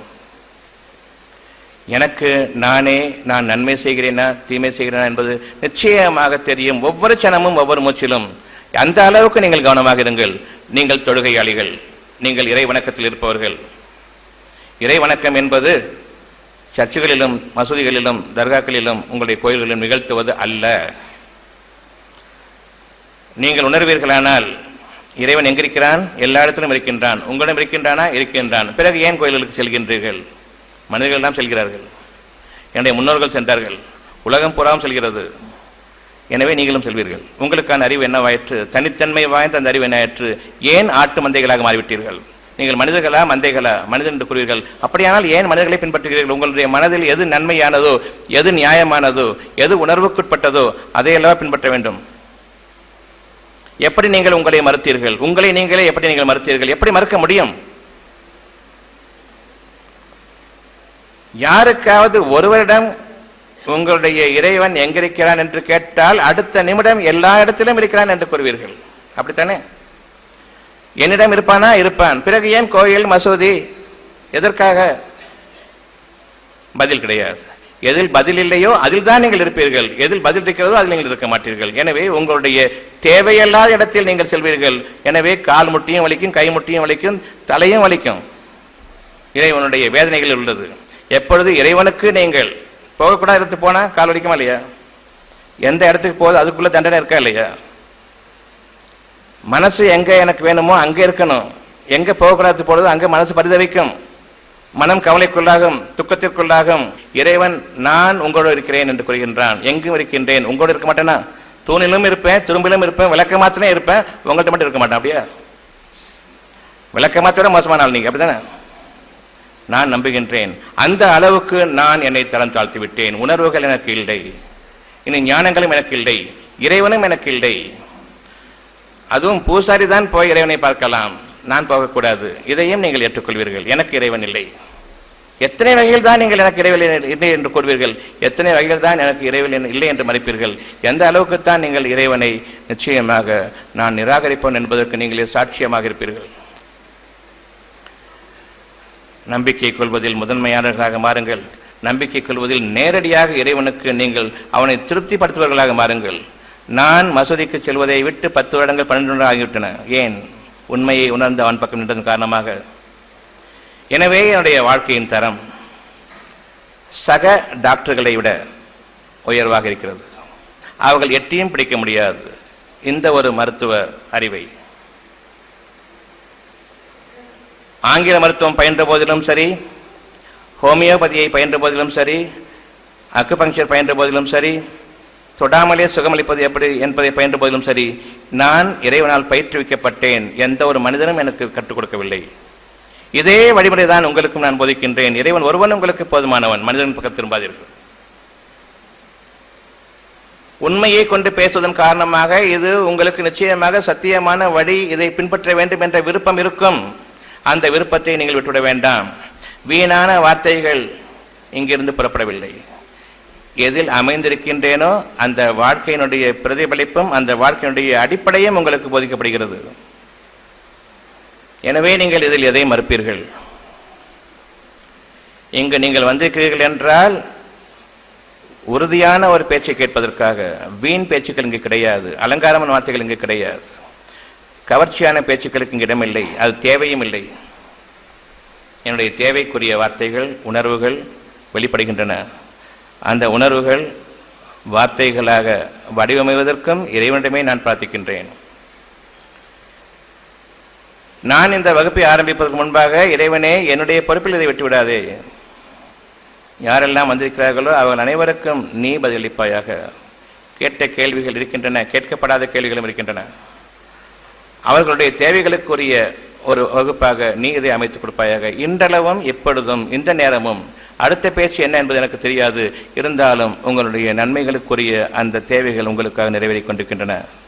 எனவே இறைவனிடம் பொறுப்பேற்படுத்துங்கள். உங்களுடைய அறிவை நீங்கள் மதிக்காதீர்கள், அதை நம்பாதீர்கள். இறைவன் கொடுத்த அறிவு இதற்கு மேலாக வேண்டும் என்று விரும்புங்கள்.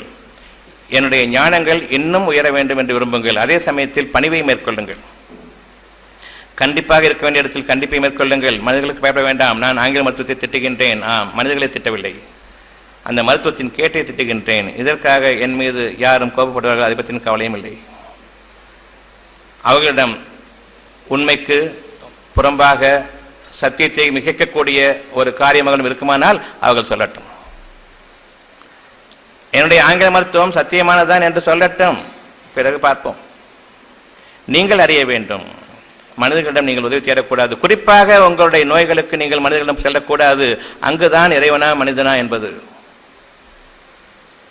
உங்களிடம் இப்பொழுது நோய்கள் இருக்கின்றன, இறைவன் தான் அதை மட்டுப்படுத்தியிருக்கின்றான். எப்படி அறிவை கொண்டும் ஞானத்தை கொண்டும் எங்கு நீங்கள் காடு வைக்கக்கூடாதோ, எதன் பக்கம் திரும்பக்கூடாதோ, உங்களை அறியாமலேயே இயற்கையாக நீங்கள் திரும்பியிருக்கிறீர்கள். அதன் காரணமாக எல்லா நோய்களும் ஓரளவு மட்டுப்பட்டிருக்கின்றன. இன்னமும் அறிவிக்கின்றான், இந்தந்த உணவுகள் வேண்டாம், இந்தந்த செய்கைகள் வேண்டாம், இந்தந்த செயல்கள் வேண்டாம். அதையும் நீங்கள் கவனத்தில் கொள்ளுங்கள். அறிவும் இருக்கிறது, ஞானங்களுடன் நீங்கள் வழிநடத்தப்படுகின்றீர்கள். இந்த இரண்டும் இருந்தால் போதும், இறைவனுடைய அனுக்கிரகத்தால் நீங்கள் வழிநடத்தப்படுகிறீர்கள். இனி உங்களுக்கு வாழ்க்கையில் கவலையோ பயமோ துக்கமோ இல்லை என்பதை நீங்கள் அறிவீர்கள். நான் என்னுடைய வாழ்க்கையில் நேர்மையான பாதையை பின்பற்ற வேண்டும். நேர்மை என்பது என்ன? பிறருக்கு எந்த தொந்தரவும் இல்லாத ஒரு வாழ்க்கையில் நான் அமைய வேண்டும். இது நேர்மையான வாழ்க்கை. அப்படியென்றால் முடிந்தால் இறைவனை தொந்தரவு செய்யுங்கள், அவனிடம் கேளுங்கள். அவன் நிச்சயமாக தொந்தரவுக்குள்ளாகாதவன். அவனிடம் உங்களுடைய தேவைகள் அனைத்தும் இருக்கின்றன. நீங்கள் எப்பொழுது அவனிடம் திரும்புவீர்கள் என்று அவன் உங்களை கவனித்தவனாக இருக்கின்றான். நாம் திரும்புபவர்களாக இல்லை. எனவே கவலையை கொண்டும் பிடிக்கின்றான். முடிந்தால் கவலையை நீங்கள் நீக்கக்கூடிய வழிமுறைகளை தேடுங்கள். உங்களால் கவலைகளை நீக்க முடியாது. உங்களுடைய மனதின் மீது உங்களுக்கு எத்தகைய அதிகாரமும் இல்லை என்பதை நீங்கள் அறிவீர்கள். உங்களுக்கான கவலை கொடுக்கப்பட்டு விட்டது. கவலையை நீக்கிக் கொள்வர்கள் எவரும் இல்லை. தூக்கம் வரவில்லை, ஏன்? கவலையாக இருக்கிறது. பலவிதமான எண்ணங்களை ஆட்டி படைக்கின்றன, எனவே என்னால் தூங்க முடியவில்லை. அப்படி என்றால் உங்களுடைய மனம் உங்களிடம் இருக்கிறது, உங்களுடைய மனதின் மீது உங்களுக்கு அதிகாரம் இருக்கிறது, நீக்கிக் கொள்ள வேண்டியது தானே. நீங்க மாட்டேன் என்கிறது. உங்களால் உங்களுடைய மனதில் இருக்கக்கூடிய ஒரு தேவையை அடைய முடியவில்லை, வீணான ஒரு எண்ணத்தை நீக்க முடியவில்லை. டாக்டரிடம் செல்கின்றீர்கள், எனக்கு கவலையாக இருக்கிறது, நீங்கள் மருந்து கொடுங்கள் என்று. அவர்கள் மூளையையே மடுங்கடிக்கக்கூடிய மருந்தை கொடுப்பார்கள். கவலை நீங்கிவிட்டது என்று நீங்கள் அந்த மருந்துகளை சாப்பிட்டுக் கொண்டிருப்பீர்கள். இருக்கும் மூளையும் வேலை செய்யாமல் ஆகிவிடும். இறுதியாக கவலைகள் மிதமிஞ்சும், உங்களுக்கு தாழ்வு மனப்பான்மை அதிகமாகும். நீங்கள் ஒரு பைத்தியம் என்ற நிலைக்கு ஆகிவிடுவீர்கள். எப்பொழுது உங்களுடைய மனதில் இருக்கக்கூடிய கவலைகளுக்கும் துன்பங்களுக்கும் நீங்கள் மனிதர்களிடம் சென்று மருந்துகளை சாப்பிடுகிறீர்களோ, உங்களுடைய இறுதி நிலை நீங்கள் பைத்தியம் ஆவீர்கள் என்பதை அறிந்து கொள்ளுங்கள். தூக்கமும் கிடையாது, விழிப்பும் கிடையாது. முதலில்லாத என்ன தேவை என்பது எனக்கு தெரியும், அந்த தேவையை கூட நான் அறிய முடியாத நிலைக்கு ஆகிவிடுவேன். நீங்கள் பிரமை பிடித்தவர்களாக ஆகுவீர்கள். அது நீங்கள் அறியாததும் இல்லை. மனநோயாளிகள் மருந்து சாப்பிட்டு எந்த மனநோயாளியும் அவள் மீண்டு வந்ததாக சரித்திரமும் இல்லை. இறுதியாக ஷாக் கொடுப்பார்கள். மூளையை மந்தப்படுத்துவதற்காக. மூளையை எடுக்க முடியாது, அதன் காரணமாக ஷாக் கொடுத்து மந்தப்படுத்துவது. அப்படியெல்லாம் கர்ப்பப்பை எடுத்துவிடுவதை போன்று, மார்பகப்பட்டினருக்கு மார்பகத்தை எடுத்துவிடுவது போன்று மூளையையும் கலட்டியிருப்பார்கள். முடியவில்லை என்பதன் காரணமாக மூளையை மந்தப்படுத்துகிறார்கள். அவர்களிடம் உங்களை நீங்கள் ஒப்படைத்து முடிவீர்களா? பிணத்தை வைத்துக்கொண்டு அவர்கள் மருத்துவம் பார்ப்பார்கள். பிணத்தை வைத்துக்கொண்டுதான் அவர்கள் படித்தார்கள். உயிரை வச்சுட்டு படிக்கல. உயிரோடு ஒடுக்கங்களுடைய நன்மைகளோ தீமைகளோ அவர்களுக்கு புரியாது. நீங்கள் உங்களுடைய நன்மைகளின் பக்கம் திரும்ப வேண்டும் என்பதற்காக பல உதாரணங்களை உங்களை சுற்றிலும் உங்களுக்கு நிகழக்கூடியவைகளை உங்களுக்கு தெளிவாக சொல்லிக் கொண்டிருக்கின்றேன். நீங்கள் மறந்துவிட்ட உண்மைகளின் பக்கம் உங்களை நான் திருப்பிக் கொண்டிருக்கின்றேன். ஒவ்வொரு விஷயத்திலும் உங்களுடைய நன்மைகள் உங்களுக்கு சமீபமாக இருக்கின்றன. சற்று சிந்திக்க வேண்டும், அவ்வளவுதான். இந்த சிந்தனை தான் தியானம். இப்பொழுது நான் உங்களுக்கு சொல்லிக் கொண்டிருப்பதெல்லாம் நீங்கள் மறந்துவிட்ட உண்மைகளை உங்களுக்கு நினைவு கொண்டு வருகின்றேன். இது தியானமாகும். உங்கள் எல்லோரையும் கண்ணை மூடிக்கொண்டு 5 நிமிடம் எல்லாத்தையும் மறந்துடுங்க, உங்களையும் நீங்கள் மறந்துடுங்க. அப்புறம் முடிச்சு பாருங்கள், அப்படியே இருக்கும் எல்லாமே. இந்த தியானத்தின் பக்கம் இதுவரை நீங்கள் இருந்தீர்கள். இதை கற்றுக் கொடுவதற்கும் ஒரு ஆள், கற்பிப்பதற்கு இத்தனை மந்தைகள். இனி அவங்களுடைய வாழ்க்கைக்கு குறை இல்லை. உங்களுடைய வாழ்க்கைக்கு அவ்வளவு வேதனைகளும் மிஞ்சிவிட்டது. நீங்கள் உங்களுடைய தியானங்களின் பக்கம் திரும்புங்கள், சிந்திக்க தலைப்படுங்கள். சிந்திப்பதற்கு முன்பாக உங்களுடைய நன்மைகளின் பக்கம் நீங்கள் செல்வதன் காரணமாக, நன்மைகளின் பக்கம் நீங்கள் திரும்ப இருப்பதன் காரணமாக இறைவனிடம் பிரார்த்தனையுடன் திரும்புங்கள். என் இறைவனே, எனக்கு என்னுடைய ஞானங்களை மீட்டு தருவாயாக. நான் இழந்துவிட்ட என்னுடைய ஞானங்களை, அறிவை நம்பியதன் காரணமாக ஞானங்களை மறந்துவிட்டேன்.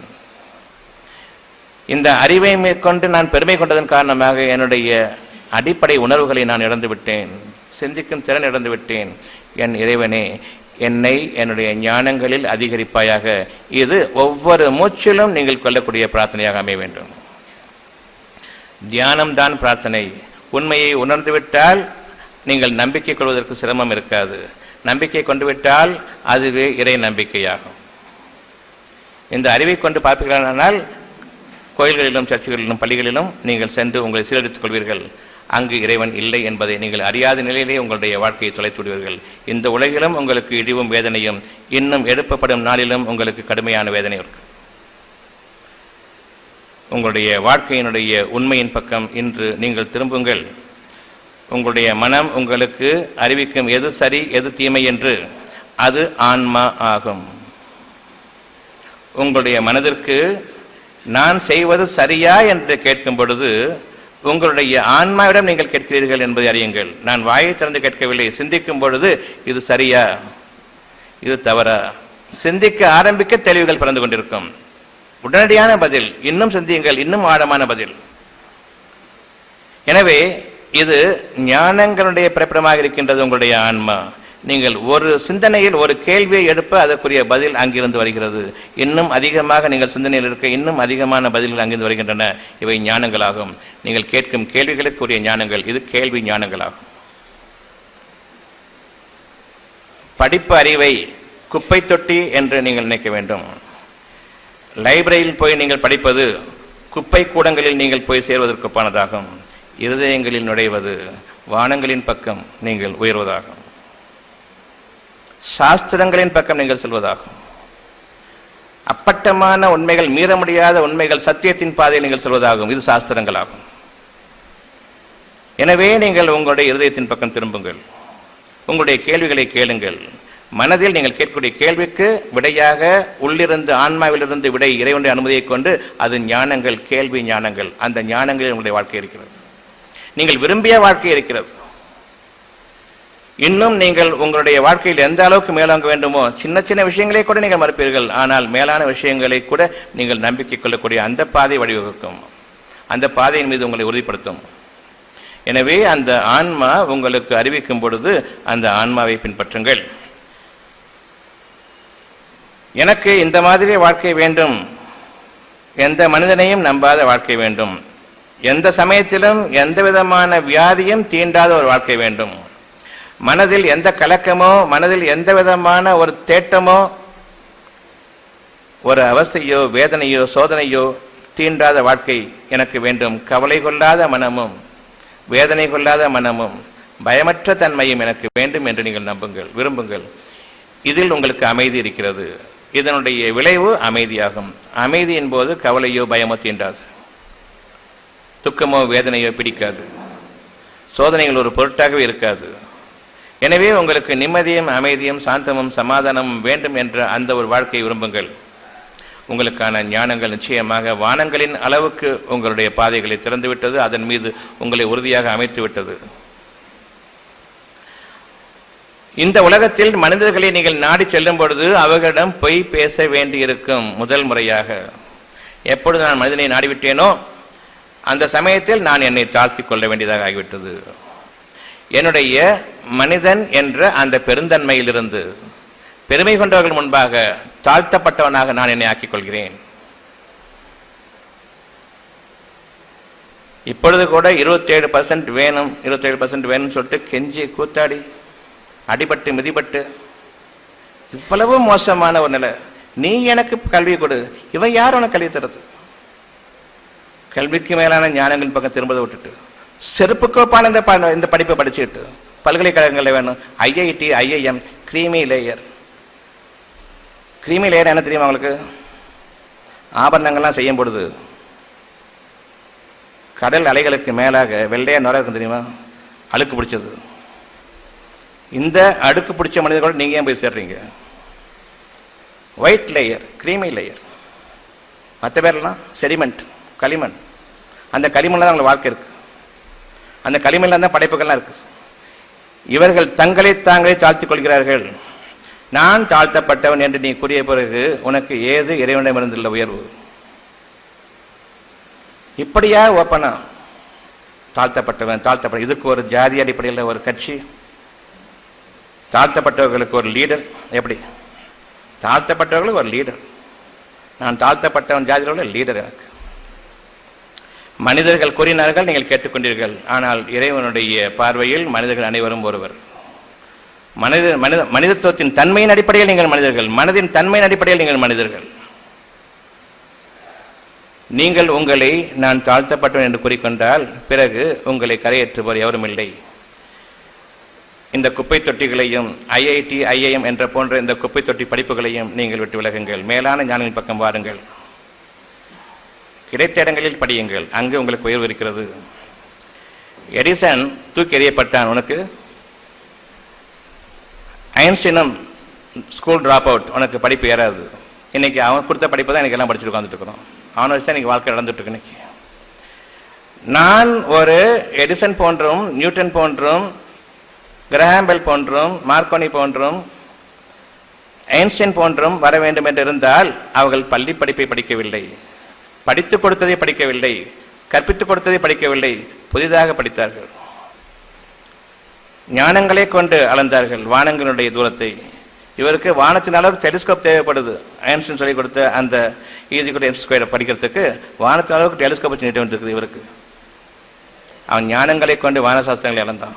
அப்படிப்பட்டவர்கள். எனவே நீங்கள் உங்களுடைய இருதயங்களின் பக்கம் திரும்புங்கள். அங்கு கற்றுக் கொடுக்கப்படக்கூடிய படிப்பை போன்று எந்த படிப்பும் இல்லை. மனிதர்களை பின்பற்றாதீர்கள், கோடியில் ஒருவனை பின்பற்றுங்கள். மனிதர்களை பின்பற்றி கோடிகளில் ஒருவராக நீங்கள் ஆகிவிட வேண்டாம். பல கோடி, பல நூறு கோடிகளில் ஒருவனாக இருக்கக்கூடிய அவனை மட்டுமே நீங்கள் பின்பற்றுங்கள். உங்களை மனிதர்கள் பின்பற்ற வேண்டும் என்று நீங்கள் விரும்புங்கள். ஏன் இதன் மீது எனக்கு நம்பிக்கை? இன்று எனக்கு அறிவிக்கப்பட்ட ஒரு படிப்பு, நான் நேரடியாக கற்றுக்கொண்ட ஒரு படிப்பு உலகத்தில் எங்கும் கிடையாது.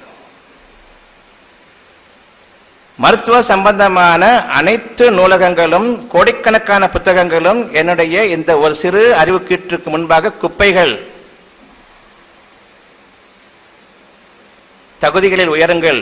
நீங்களும் அப்படிப்பட்டவர்கள் தான். உங்களுடைய இருதயங்களின் பக்கம் நீங்கள் திரும்புங்கள், மனிதர்களின் பக்கம் திரும்ப வேண்டாம். உங்களுடைய ஒரு தனித்தன்மையை மனிதர்களுக்கு முன்பாக நீங்கள் கீழிறக்கிவிட வேண்டாம். மனிதர்களிடம் உதவி தேடி செல்லக்கூடாது என்று உங்களுடைய மனம் கூறுகிறது. சத்தியம் தானே? ஏனென்றால் உதவி கேட்க செல்லும் பொழுது நான் என்னை தாழ்த்திக் கொள்கின்றேன், என் மனம் விரும்பவில்லை. மானம், ரோசம், சூடு, சொரணை, இது நாள் நம்ம அடிக்கடி பேசுவோம் இல்லையா? இது நாளையும் உங்களுடைய ஆன்மா உங்களுக்கு அறிவிக்கிறது மனதுக்கு. அந்த ஆன்மாவை நீங்கள் புறக்கணிக்கிறீர்கள். மற்றவரும் கேட்பார்கள், உனக்கு சூடு, சொரணை, மான விஷயம் எதுவும் கிடையாதுன்னு கேட்பீங்க. அது ஒன்று விடாமல் எல்லாம் சேர்ந்து சொல்லிடுவாங்க. இருந்தாலும் அது பழக்கப்பட்ட சொல்லாக ஆகிவிட்டது. நான் மனுஷனாக இருந்தாலும் எனக்கு அதெல்லாம், அதை விட்டுவிட்டுத்தான் வாழ வேண்டும் என்ற கோட்பாடும் இப்பொழுது வந்துவிட்டது. இதெல்லாம் பார்த்தா முடியாது, எல்லாத்தையும் விட்டால் தான் வாழ முடியும். எந்த அளவுக்கு நாம் மிருகங்களாக, மிருகங்களை விட கேவலமாக, இதுவரை உயர்வான படைப்பாக படைக்கப்பட்ட இந்த மனித இனம் இதுவரை படைக்கப்படாத ஒரு தாழ்ந்த இனமாக மாற்றப்பட்டு விட்டது அவர்களுடைய செயல்களின் காரணமாக.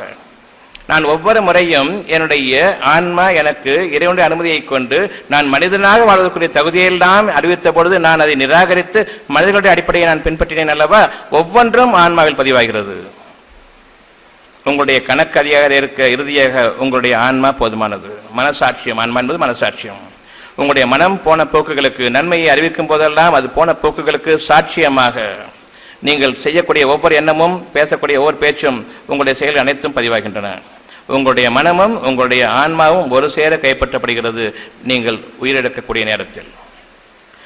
அது ஒன்றுதான். உங்களுடைய மனம் போன போக்குகளுக்கு ஆன்மா சாட்சியாக இருக்கும், உங்களுடைய மனம் ஒப்புக்கொள்ளும். அந்த மனதிலிருந்து தான் உயிரோட்டம். அந்த உயிரோட்டத்தின் காரணமாகத்தான் உங்களுடைய கைகள் எல்லாம் இயங்குகின்றன. உங்களுடைய உயிரோட்டம் உங்களுக்கு சாட்சி சொல்லும்.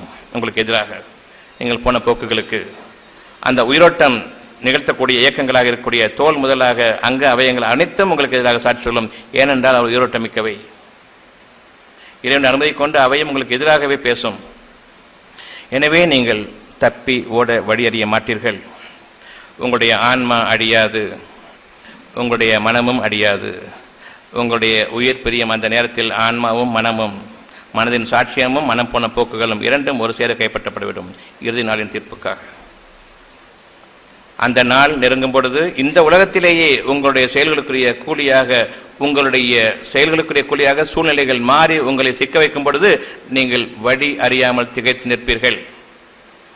அப்பொழுது நீங்கள் உதவி தேடினால் உங்களுக்கு உதவி செய்பவர் எவரும் இல்லை, உங்களுக்கு பரிந்து பேசக்கூடியவரும் எவரும் இல்லை.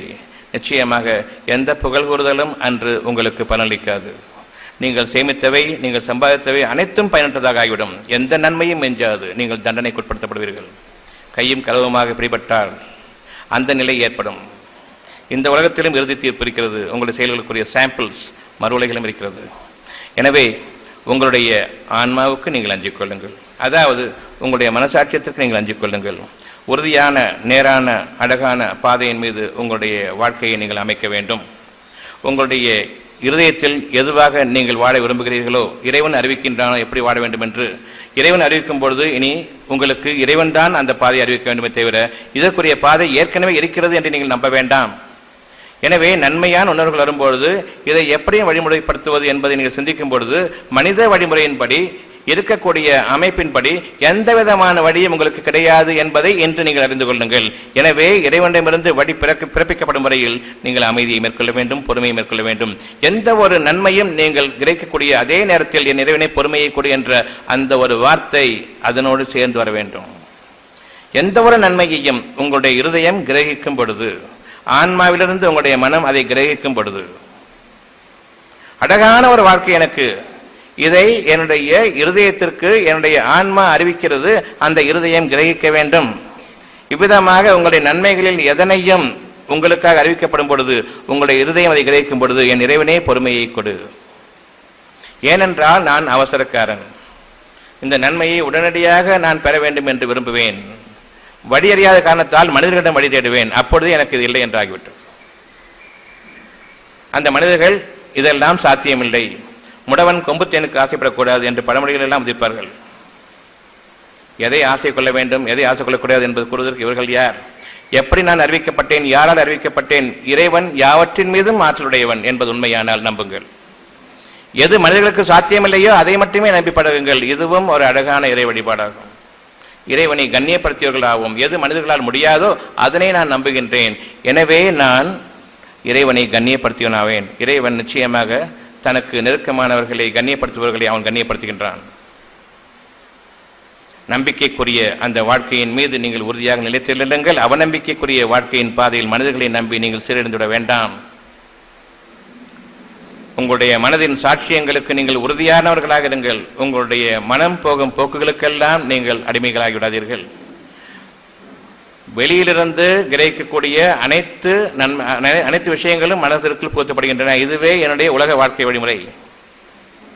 உள்ளத்திலிருந்து, ஆன்மாவிலிருந்து இந்த வாழ்க்கை முறையெல்லாம் தவறு என்று அறிவிக்கக்கூடிய இறைவனுடைய எச்சரிக்கை. இந்த இரண்டில் எதை நீங்கள் பின்பற்றுவீர்கள்? இவ்வளவுதான். உங்களுக்கு நேரான வாழ்க்கையா, அழகான வாழ்க்கையா, நரகத்திற்குண்டான பாதையா, இழிவும் வேதனையும் கொண்ட வாழ்க்கையா என்பதை நீங்கள் பிரித்தறிய வேண்டும். இன்று நீங்கள் அறிந்து கொள்ளுங்கள். உங்களுடைய மனதின் போக்கின்படி நீங்கள் சொல்கிறீர்களானால் இழிவும் வேதனையும் இங்கும் இருக்கிறது. இன்னும் மறுமையிலும் நீங்கள் பாதுகாக்கப்பட்டவர்கள் இல்லை. நாளைய வாழ்க்கையில் இன்னும் கொடிய வேதனை உங்களுக்கு இருக்கிறது. அழகான வாழ்க்கையை நீங்கள் நிராகரிப்பதற்கு உங்களுக்கு வழியில்லை என்பதன் காரணமாக இறைவனை நான் ஏற்றுக்கொண்டேன் என்று சொன்ன பிறகும் இறைவனுக்கும் வழியில்லை என்று கூறுகிறீர்களே, இதுவா நீங்கள் இறைவனை கண்ணியப்படுத்தும் முறை? மனிதர்களிடமா கேட்பீர்கள்? உங்களை போன்றவர் தானே அவர்களும். அவர்களுக்கு தெரிந்தது உங்களுக்கு தெரிந்திருக்கிறது, உங்களுக்கு தெரிந்தது அவர்களுக்கு தெரியும். அவர்கள் யார் என்பது உங்களுக்கு தெரியும். நம்முடைய வழிமுறைகள் என்ன என்பது யாருக்கும் தெரியும். அப்படி இருக்கும் பொழுது எனக்கு வழிமுறைகள் இல்லை என்று ஆகிவிடும் பொழுது ஏன் மனிதர்களும் சென்றீர்கள்? படைக்கப்பட்ட அந்த ஒரு உண்மை, உங்களுடைய இருதயத்தில் விதைக்கப்பட்ட அந்த ஒரு விருப்பம் இறைவனால் வழிகாட்டப்படக்கூடிய ஒரு விருப்பமாகும். இனிதான் வழி திறக்க இருக்கிறது. எனவே வழியை தேட வேண்டாம், பொறுமையை கேளுங்கள். அந்த வழி திறக்கும் பொழுது நீங்கள் ஏற்கனவே அந்த பாதையில் வெகு தூரம் வந்திருப்பீர்கள். அதனுடைய நன்மைகளை புசித்துக் கொண்டும் இருப்பீர்கள். உங்களுடைய வாழ்க்கை உங்களுக்கு லேசாகும். உங்களுடைய இருதயங்களில் நன்மை எதுவோ அதை பின்பற்றுங்கள். எது உங்களுக்கு விருப்பம் இல்லையோ, உங்களுக்கு அழகு இல்லாமல் இருக்கிறதோ, உங்களுக்கு தேவையில்லாத இருக்கின்றதோ, உங்களுடைய மனதுக்கு குறையாக இருக்கின்றதோ, உங்களுடைய மனதுக்கு ஒரு தாக்கத்தை ஏற்படுத்துகின்றதோ, மனதுக்கு ஒரு இழிவு என்று கருதுகிறீர்களோ, பின்பற்ற வேண்டாம். நன்மைக்கு பதிலாக தீமையை நீங்கள் எடுத்துக்கொள்கிறீர்கள். தெளிவான வழிகேடு, மனிதர்கள் செல்லக்கூடிய பகிரங்கமான வழிகேடு அவர்களுக்கு தீமையை தவிர நன்மையை பயக்கும் என்று ஒருபோதும் நீங்கள் எண்ண வேண்டாம். நன்மையை கொடுப்பது போன்று இருக்கும், நிச்சயமாக அதில் தீமைகளுடனே இருக்கின்றன. நன்மைகள் உபயோகப்படுத்தப்பட தீமைகள் மட்டுமே மிஞ்சும். பிரச்சனைகள் வர அவர்களுக்கு வேறு வழி கிடையாது. அவர்களுக்கு ஒரு தீமை தீண்டுமானால் அவர்கள் நிராசைப்பட்டவர்களாக, நம்பிக்கை இழந்தவர்களாக ஆகிவிடுகிறார்கள். எனவே நீங்கள் அஞ்சுங்கள், இறைவனுக்கு அஞ்சுங்கள். அதாவது உங்களுடைய மனசாட்சிக்கு பயந்து கொள்ளுங்கள். எது நன்மையோ அதை பின்பற்றுங்கள். எது உங்களுடைய மனதுக்கு கேடோ பின்பற்ற வேண்டாம். என்னுடைய மனதுக்கு எது சுகமில்லையோ அதை பின்பற்ற வேண்டாம். எது சுகமானது அதை பின்பற்றுங்கள். மனிதர்களிடம் போய் கெஞ்சுவது என்பது எனக்கு சுகமற்றது, மனதுக்கு மனக்கேடு. மனதுக்கு கேடான எந்த ஒன்றையும் பின்பற்றாதீர்கள். உங்களுடைய மனதுக்கு எது சுகமோ அதை பின்பற்றுங்கள். இது இறை வழிபாடு. உங்களுடைய இருதயங்களை நீங்கள் பின்பற்றுங்கள், இறை வாக்குகளை நீங்கள் பின்பற்றுங்கள், நன்மையை பின்பற்றுங்கள், இறைவன் படைத்த படைப்பை பின்பற்றுங்கள், அவனை கண்ணியப்படுத்துங்கள். உங்களுடைய மனதின் கேடுகளில் இருந்து உங்களை பாதுகாத்துக் கொள்ளுங்கள். தான் படைத்த உயர்ந்த படைப்பாகிய இந்த மனித இனம் நிச்சயமாக நான் படைத்த அந்த படைப்பை கண்ணியப்படுத்தியது. எனவே இறைவன் உங்கள் மீது நேசம் கொள்கின்றான், உங்களை உயர்த்துகின்றான். எனவே எந்த வாழ்க்கையின் பக்கம் நீங்கள் செல்வீர்கள்? நன்மைக்கு நன்மையை தவிர கூலி இல்லை, தீமைக்கு அது போன்றதை தவிர கூலி இல்லை. எனவே உங்களுடைய தீமைகளை நீங்கள் அனுபவிக்கும் காலம் நெருங்கும் பொழுது உங்களுடைய கைகளால் நீங்கள் சம்பாதித்த அந்த தீமைகளை, இறைவன் கொடுத்துவிட்ட தீமைகளை போன்று நீங்கள் அவனை இகழ்கிறீர்கள், சந்தேகிக்கிறீர்கள். ஒரு தீமை உங்களுக்கு வந்து சேருமானால் அது உங்கள் கைகளால் இருந்து வந்ததாகும். எந்த ஒரு சிறு நன்மையும் உங்களுக்கு வருமானால் அது இறைவனிடமிருந்து வந்ததாகும். இதை நீங்கள் மனதில் கொள்ளுங்கள். நன்மை வந்துவிட்டால் தான் பெருமை கொண்டு விடுகின்றான். நான் என்னுடைய புத்தி கூர்மையின் காரணமாக, செயலாற்றின் காரணமாக நான் இதை கிடைக்கப்பட்டேன் என்று ஊர் பூராவும் குறித்திருக்கின்றான். ஒரு தீமை ஏற்பட்டுவிட்டால் அனைவரையும் கை காட்டுகின்றான். தன்னை தவிர்த்து அவ்வளவு பேரும் காரணம் காட்டுகின்றான். மனிதன் மகான் நன்றி கெட்டவன், உங்களுக்கு அடுத்த மனிதன் நன்றி கெட்டவன், எனக்கு அடுத்த மனிதன் நன்றி கெட்டவன். மனிதன் மனிதனை நம்ப வேண்டாம், இறைவனை மட்டுமே நம்புங்கள். உங்கள் அனைவரையும் ஒன்று சேர்ப்பான். நீங்கள் யாரையெல்லாம் நண்பர்கள் என்று கூட்டிக் கொள்கிறீர்களோ அவர்கள் அனைவரும் உங்களுக்கு ஒருவருக்கு எதிரிகளாக ஆக்கிவிடுவான். எனவே நீங்கள் இறைவனுக்கு பயப்படுங்கள். நண்பன் என்று கூறிக்கொண்டிருக்கிறீர்கள், அவனிடம் சென்று ஏதாவது 2 நாளைக்கு உதவி தேடுங்கள். முதல் தர எதிரி நீங்கள் தான். நண்பனா இப்படி தெரிந்துதான் நீங்கள் அதில் நடந்தீர்கள் நண்பன் என்று. மனிதன் பலகீனமானவன், அவனிடம் சென்று உதவி கேட்டால் எத்தனை நாளைக்கு உதவி செய்வான்? நிச்சயமாக நீங்கள் உங்களுக்குள் ஏற்படுத்தி கொண்ட இந்த உறவு பலகீனமானது. நட்பின் உறவும் உங்களுக்குள் ஏற்படுத்தி கொண்ட இந்த உறவினுடைய உறுதியும் வீணான வார்த்தைகளாகும். உங்களை நீங்களே ஏமாற்றிக் கொள்கிறீர்கள். எனவே நம்புவதற்கு தகுதி படைத்தவன், ஆற்றல் மிக்கவன் இறைவன் ஒருவன் தான். மனசாட்சியம் என்ன கேட்கிறதோ அதை நீங்கள் பின்பற்றுங்கள். மனசாட்சியம் எதை போதிக்கிறதோ அதை பின்பற்றுங்கள். பின்பற்றால் நீங்கள் சொல்வீர்களானால் ஒரு குறிப்பிட்ட காலம் வரையில் மனசாட்சி உறுத்துகிறது, அதன் பிறகு கைவிட்டுவிடுகிறது. உங்களுடைய கேடு உங்களுக்கு என்று. எனவே நாம் அந்த பாதையின், மனசாட்சிக்கு விரோதமான அந்த பாதையின் பக்கம் செல்வதிலிருந்தும் நம்மை பாதுகாத்துக் கொள்ள இறைவன் பக்கமே உதவி தேடுங்கள். எந்த ஒரு நன்மைக்கும் இறைவனிடமிருந்து என்பதை நீங்கள் உறுதியாக அறிந்து கொள்ளுங்கள். எந்த ஒரு நன்மையும் சிறு நன்மையாக இருந்தாலும் சரி, 5 நிமிடம் தூக்கம் வேண்டும் என்று இருந்தாலும் சரி, இறைவனிடம் கேளுங்கள். நான் தூங்கப் போகிறேன் என்று போக வேண்டாம். நான் இளைப்பாற விரும்புகிறேன் என்று சொல்லுங்கள். தூக்கம் வருவதும் தூக்கம் கொடுப்பதும் உங்களிடம் இல்லை. பெருமை கொண்டுவிட வேண்டாம். எப்பொழுது நீங்கள் தூங்க வேண்டும் என்று நினைக்கிறீர்களோ உங்களால் தூங்க முடியாது. தானாக தூக்கம் வந்தால் எங்கிருந்தாலும் நீங்கள் தூங்கிவிடுவீர்கள். ஒவ்வொரு நன்மையும் காலை கடன்களை கிடைக்கப்படாலும் சரி, வந்தால் தான் உண்டு, வரவில்லை என்றால் நரக வேதனை தான். அதில் உங்களிடமா இருக்கிறது. காலை கடன்கள் கிடைக்கப் போவதற்கு முன்பாக நீங்கள் இறைவனிடம் வேண்ட வேண்டுமா, வேண்ட வேண்டாமா? என்னை சுத்தமாக்கி கொடு, தூய்மையாக்கி கொடு, நன்மையாக்கி கொடு, எந்த தீங்கும் இல்லாமல் நான் பாத்ரூம்னு வெளியே வரணுமா இல்லையா? இப்போ உங்களுடைய பிரார்த்தனை காலை கடன் கடித்த பிறகு, காலை கடன் கடிப்பதற்கு போவதற்கு முன்பாகவா? அங்குதான் உங்களுக்கு உயிரை பிறக்கிறது. டாய்லெட்டில் ஒழுங்காக நிகழ வேண்டியதாக நிகழ்ந்தால் நீங்கள் நல்ல மனுஷமாக வெளியே வருவீங்க. அப்படி இல்லைன்னு சொன்னால் நரக வேதனையோடு வெளியே வருவீங்க. அப்படி என்றால் உங்களுடைய பிரார்த்தனை டாய்லெட் போகிறதுக்கு முன்பாகவா அதற்கு பின்பாகவா?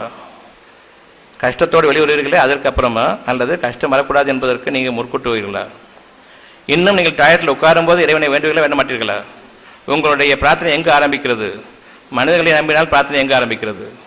சிவி சிங்காரிச்சிட்டு குளிச்சுட்டு புது ட்ரெஸ் போட்டுட்டு வயிற்று உபாதையோடு உட்கார்ந்துக்கிட்டு வீணான வார்த்தைகளை சொல்லிக்கொண்டு, ஆனால் உங்களுடைய பிரார்த்தனைகள் ஆரம்பிக்க வேண்டியது உங்களுடைய டாய்லெட் போகிறதுக்கு முன்பாகவும் அங்கும் வெளியில் வரும்பொழுது அவனை புகழுங்கள்.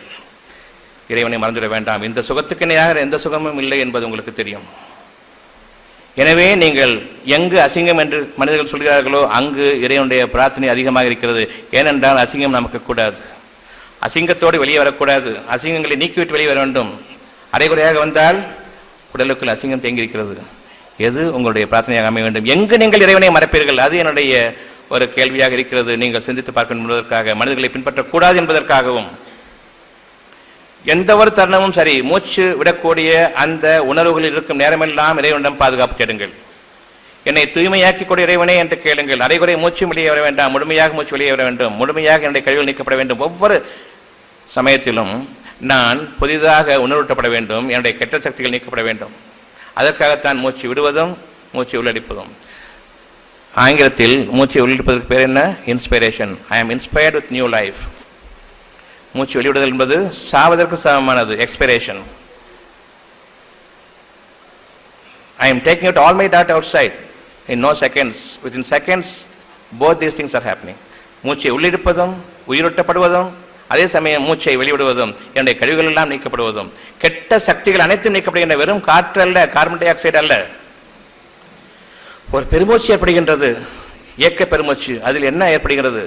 அவ்வளவு கெட்ட சக்தி நிறைந்த ஒரு சக்தி வெளியேறுகிறது. இறைவன் உங்களை பாதுகாக்கின்றான். அந்த இயக்க பெருமூச்சு வரவில்லை என்றால் நீங்கள் இறந்து போவீர்கள். வெறும் கார்பன் டை ஆக்சைடாது கெட்ட உணர்வுகள் நிரம்பிவிட்டு அந்த ஒரு செகண்ட்ல இயக்கத்தில் நிரம்பிவிட்டு அந்த கெட்ட சக்தி அனைத்தும் பெருமூச்சாக வெளிவருகிறது. அந்த சமயத்தில் நீங்கள் பாதுகாக்கப்படுகிறீர்கள். இது இறைவனால் நிகழ்த்தப்படக்கூடியது, வெறும் கார்பன் டை ஆக்சைடு அல்ல அது. எனவே அந்த இயக்க பெருமூச்சுகளை நீங்கள் தவிர்த்துக் கொள்ளுங்கள். உங்களுடைய மூச்சுகளை நீங்கள் வீணாக்கிவிட வேண்டாம். கோப பெருமூச்சு, அதிலும் உங்களுடைய மிக பெரும் கெட்ட சக்தியெல்லாம் வெளியேறுகின்றன. அந்த கோப பெருமூச்சு அடங்கவில்லை என்றால் நிச்சயமாக உங்களுடைய அந்த ஒரு கெட்ட சக்தி மாரடைப்பை ஏற்படுத்திவிடும். கவலைகள், பிறர் எனக்கு எதை நிகழ்த்திவிட்டார்கள் அதை நிகழ்த்திவிட்டார்கள் என்ற கவலை, அந்த கவலையின் காரணமாகவே உங்களுக்கு தூக்கம் இல்லை, கெட்ட சக்திகள் நிரம்பிவிட்டன. மனதை பாதுகாத்துக் கொள்ளுங்கள், மனதை குளிர்ச்சியாக வைத்துக் கொள்ளுங்கள், மனதை வெப்பக்காடாக ஆக்கிவிட வேண்டாம். அங்கு விளையக்கூடிய நன்மைகள் எல்லாம் அடிந்து போகும், சருகலாகிவிடும், நெருப்பு பற்றிவிடும். பிறகு இங்கு இருக்கக்கூடிய நெருப்பை அணைக்க உங்களால் முடியாது. இந்த நெருப்பை போக்கிக் கொள்வதற்காக எரியக்கூடிய அந்த நெருப்பில் குளிப்பீர்கள், தீக்குளிப்பு. இறைவனுடைய வேதனை மிக கடுமையானது. இந்த நெருப்பு உங்களை போக்கிவிடும், ஆனால் இந்த நெருப்பு இதில் வாடவும் மாட்டீர்கள், சாகவும் மாட்டீர்கள். சித்திரவதை. இறைவன் நாடினால் அவனுடைய வேதனையிலிருந்து நீங்கள் தப்புப்பவர்கள் இல்லை. எனவே உங்களுடைய மனசாட்சி எதை அறிவுறுத்துகிறதோ அதை நீங்கள் பின்பற்றுங்கள். உங்களுடைய மனசாட்சி குரோதமாக, அதாவது உங்களுடைய மானக்கேடாக நீங்கள் எதையும் பின்பற்ற வேண்டாம்.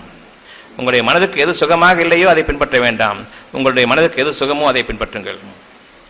உங்களுடைய மனதுக்கு சுகவீனத்தை நீங்கள் ஏற்படுத்தாதீர்கள். இதனுடைய விளைவு நாளைக்கு படக்கூடிய மனக்கஷ்டத்தை நீங்கள் விடுதலை பெற மாட்டீர்கள். எனவே இன்று ஒவ்வொரு மானக்கேடும், மனதுக்கு கேடான ஒவ்வொன்றையும் பின்பற்றுவதிலிருந்தும் இன்று நான் என்னை தவிர்த்துக் கொள்கின்றேன். பிற மனிதர்களிடம் சென்று நான் கேட்பது எனக்கு மானக்கேடு அறிவிக்கிறது, பின்பற்றுகின்றேன். அவ்வாறு நான் பின்பற்ற வேண்டிய நிலை ஏற்பட்டுவிட்டால், மனிதன் கேட்க வேண்டிய நிலை ஏற்பட்டுவிட்டால், அதற்கு முன்பாக என்னுடைய பாவங்களுக்காக நான் வருந்துகின்றேன். என்னுடைய பாவங்களுக்காக என் இறைவனிடம் நான் பாதுகாப்பு தருகின்றேன், பாவ மன்னிப்பு தருகின்றேன். எனவே இறைவனை நீங்கள் மறந்து விடாத நிலையில் அவனை பின்பற்றுங்கள். நீங்கள் தவறு செய்யும் பொழுதும் பாவ மன்னிப்புடனே நீங்கள் அந்த தவறை மேற்கொள்ளுங்கள். தவறு செய்த பிறகு பாவ மன்னிப்பு கேட்பது கொஞ்சம் தாமதமாகிவிட்டது. அதன் காரணமாக சிறு சோதனைகளும் வேதனைகளும் இருக்கின்றன. என்னுடைய மனச்செய்கள், நிச்சயமாக நான் பலவீனமானவன், மனச்செயலின் பக்கம் சாய்பவன் தான், என் இறைவன் அறிந்தவன் தான் அதை. எனவே நான் அவனை நினைவு கூர்ந்து அவனிடம் பாவ மன்னிப்பு கேட்டுக்கொண்டிருக்கும் நிலையிலேயே அந்த தவறை செய்யும் பொழுது அப்பொழுதே மன்னிக்கப்படுகிறது. இதையும் நீங்கள் அறிந்து கொள்ளுங்கள். இது இறைவனிடமிருந்துள்ள மிக பெரும் கருணை, மனிதர்கள் மீது அவன் கொண்டிருக்கக்கூடிய இரக்கம், அன்பு. எனவே நீங்கள் அவனுடைய அருட்கொடையின் மீது நிராசைப்பட்டவர்கள் ஆகிவிட வேண்டாம். நான் பாவம் செய்து விட்டேனே என்று வருந்த வேண்டாம். மனிதர்கள் சொல்வார்கள், இந்த மாதிரி பாவங்களை இறைவன் மன்னிக்க மாட்டான் என்று. அவ்வாறல்ல, இறைவன் மன்னிப்பவன். அவனை மறந்துவிட்ட நிலையில் நீங்கள் ஆகிவிடாமல் இருப்பதற்காக இறைவனுடைய வார்த்தைகள் பல விதங்களில் உங்களுக்கு கூறப்படுகின்றன. அவனை மறந்த நிலையில் நீங்கள் எந்த தவறையும் செய்திட வேண்டாம். அவனை நினைவு கூர்ந்து கொண்டிருக்கிற நிலையில் நீங்கள் செய்யுங்கள். நிச்சயமாக இறைவன் பார்த்து கொண்டிருக்கிற அந்த பயத்துடனே நீங்கள் தவறு செய்யுங்கள். நிச்சயமாக மன்னிக்கப்பட்டு விட்டன. அது மட்டுமல்ல, அந்த தவறுகள் நன்மையாக மாற்றப்பட்டு விட்டன. எனவே இறைவனை மறந்துவிட்டவர்களைப் போன்று நீங்கள் ஆகிவிட வேண்டாம் எந்த காரியத்தின் போதும். நான் கூறினேன், இப்பொழுது பேசிக் கொண்டிருக்கும் பொழுதும் நான் இறைவனை அதிகமாக நினைவு கொண்டிருக்கின்றேன். இறைவனை நினைவு கூறாத நிலையை நான் பேசவில்லை. எந்த தவறு இருந்தாலும் மன்னிக்க வேண்டும் என்று உள்ளுக்குள் ஓடிக்கொண்டிருக்கிறது. அதே சமயம் பேசிக்கொண்டும் இருக்கின்றேன். எந்த பெரும்பேச்சும் வந்துவிட வேண்டாம் என்பது உள்ளுக்குள் ஓடிக்கொண்டிருக்கின்றது. பேசிக்கொண்டிருக்கின்றேன். பேசிக்கொண்டிருக்கும்போது நான் தவறுகின்றேன் என்பதை நான் கவனித்துக் கொண்டும் இருக்கின்றேன். அவ்வாறு தவறும் பொழுது நிச்சயமாக பாவ மன்னிப்பை அதிகரிக்கின்றேன். அந்த சமயத்தில் ஒரு சிறு தடங்கள் ஏற்படும் என்னுடைய பேச்சில். எனவே நீங்கள் உங்களுடைய வாழ்நாள் முழுவதும் பாதுகாக்கப்பட்டவர்களாக நீங்கள் வாழ வேண்டுமென்றால் மானம், சூடு, சொரண, ரோஷம் இது அவ்வளவையும் விட்டுவிட வேண்டாம். ஏதாவது ஒன்று இது தவறுமானால் பாவ மன்னிப்புடன் அந்த தவறை மேற்கொள்ளுங்கள். நிச்சயமாக நாடைவில் அதுவும் இல்லாமல் ஆக்குவதற்கு இறைவன் போதுமான உங்களுடைய ஞானங்கள் உயரும். அறிவை மிகைக்கும். மனிதர்களை மிகக்கூடிய இந்த ஞானங்களை கொண்டு நீங்கள் வாடுங்கள். அறிவு என்பது மனிதர்கள் அனைவரும் இருக்கிறது. ஞானங்கள் என்பது தனித்தன்மை வாழ்ந்தது. நான் எப்பொழுது என்னுடைய மானம், ரோசம், சூடு, சொரணை இவை அனைத்தும் என்னுடைய ஆன்மா எனக்கு அறிவிக்கும் பொழுது அதை நான் மதித்து பின்பற்றுகின்றேனோ, அவ்வாறு பின்பற்ற முடியாத நிலையில் பாவ மன்னிப்புடன் அதை செய்து விடுகின்றேனோ, நிச்சயமாக என்னுடைய ஞானங்கள் அறிவை மிகைக்கக்கூடியதாக இருக்கின்றது. மனித சமுதாயம் அனைத்திற்கும் மேலான வாழ்க்கையில் அது நிச்சயமாக என்னை அமைக்கும், நான் தவறு செய்த போதிலும் இறைவனை மறக்காத வரையில். எனவே நம்முடைய வாழ்க்கை இன்று அழகான பாதையின் மீது அமைக்கப்பட்டிருக்கிறது. இந்த வாழ்க்கையிலிருந்து நீங்கள் தவறக்கூடாது. இந்த வாழ்க்கையின் அடிப்படையில் நீங்கள் வாழ்ந்து வர வேண்டும். உங்களுடைய அனைத்து கேள்விகளுக்கும் நான் பதில் இருக்கிறது. எனவே உங்களுடைய வாழ்க்கையில் நீங்கள் இன்று வரையில் எதை தவறவிட்டீர்களோ அந்த தவறிலிருந்து மீண்டு நன்மையான பாதையின் பக்கம் நீங்கள் செல்ல வேண்டும் என்ற அந்த பிரார்த்தனையுடன் இன்றைய வகுப்பு முடித்துக் கொள்வோம்.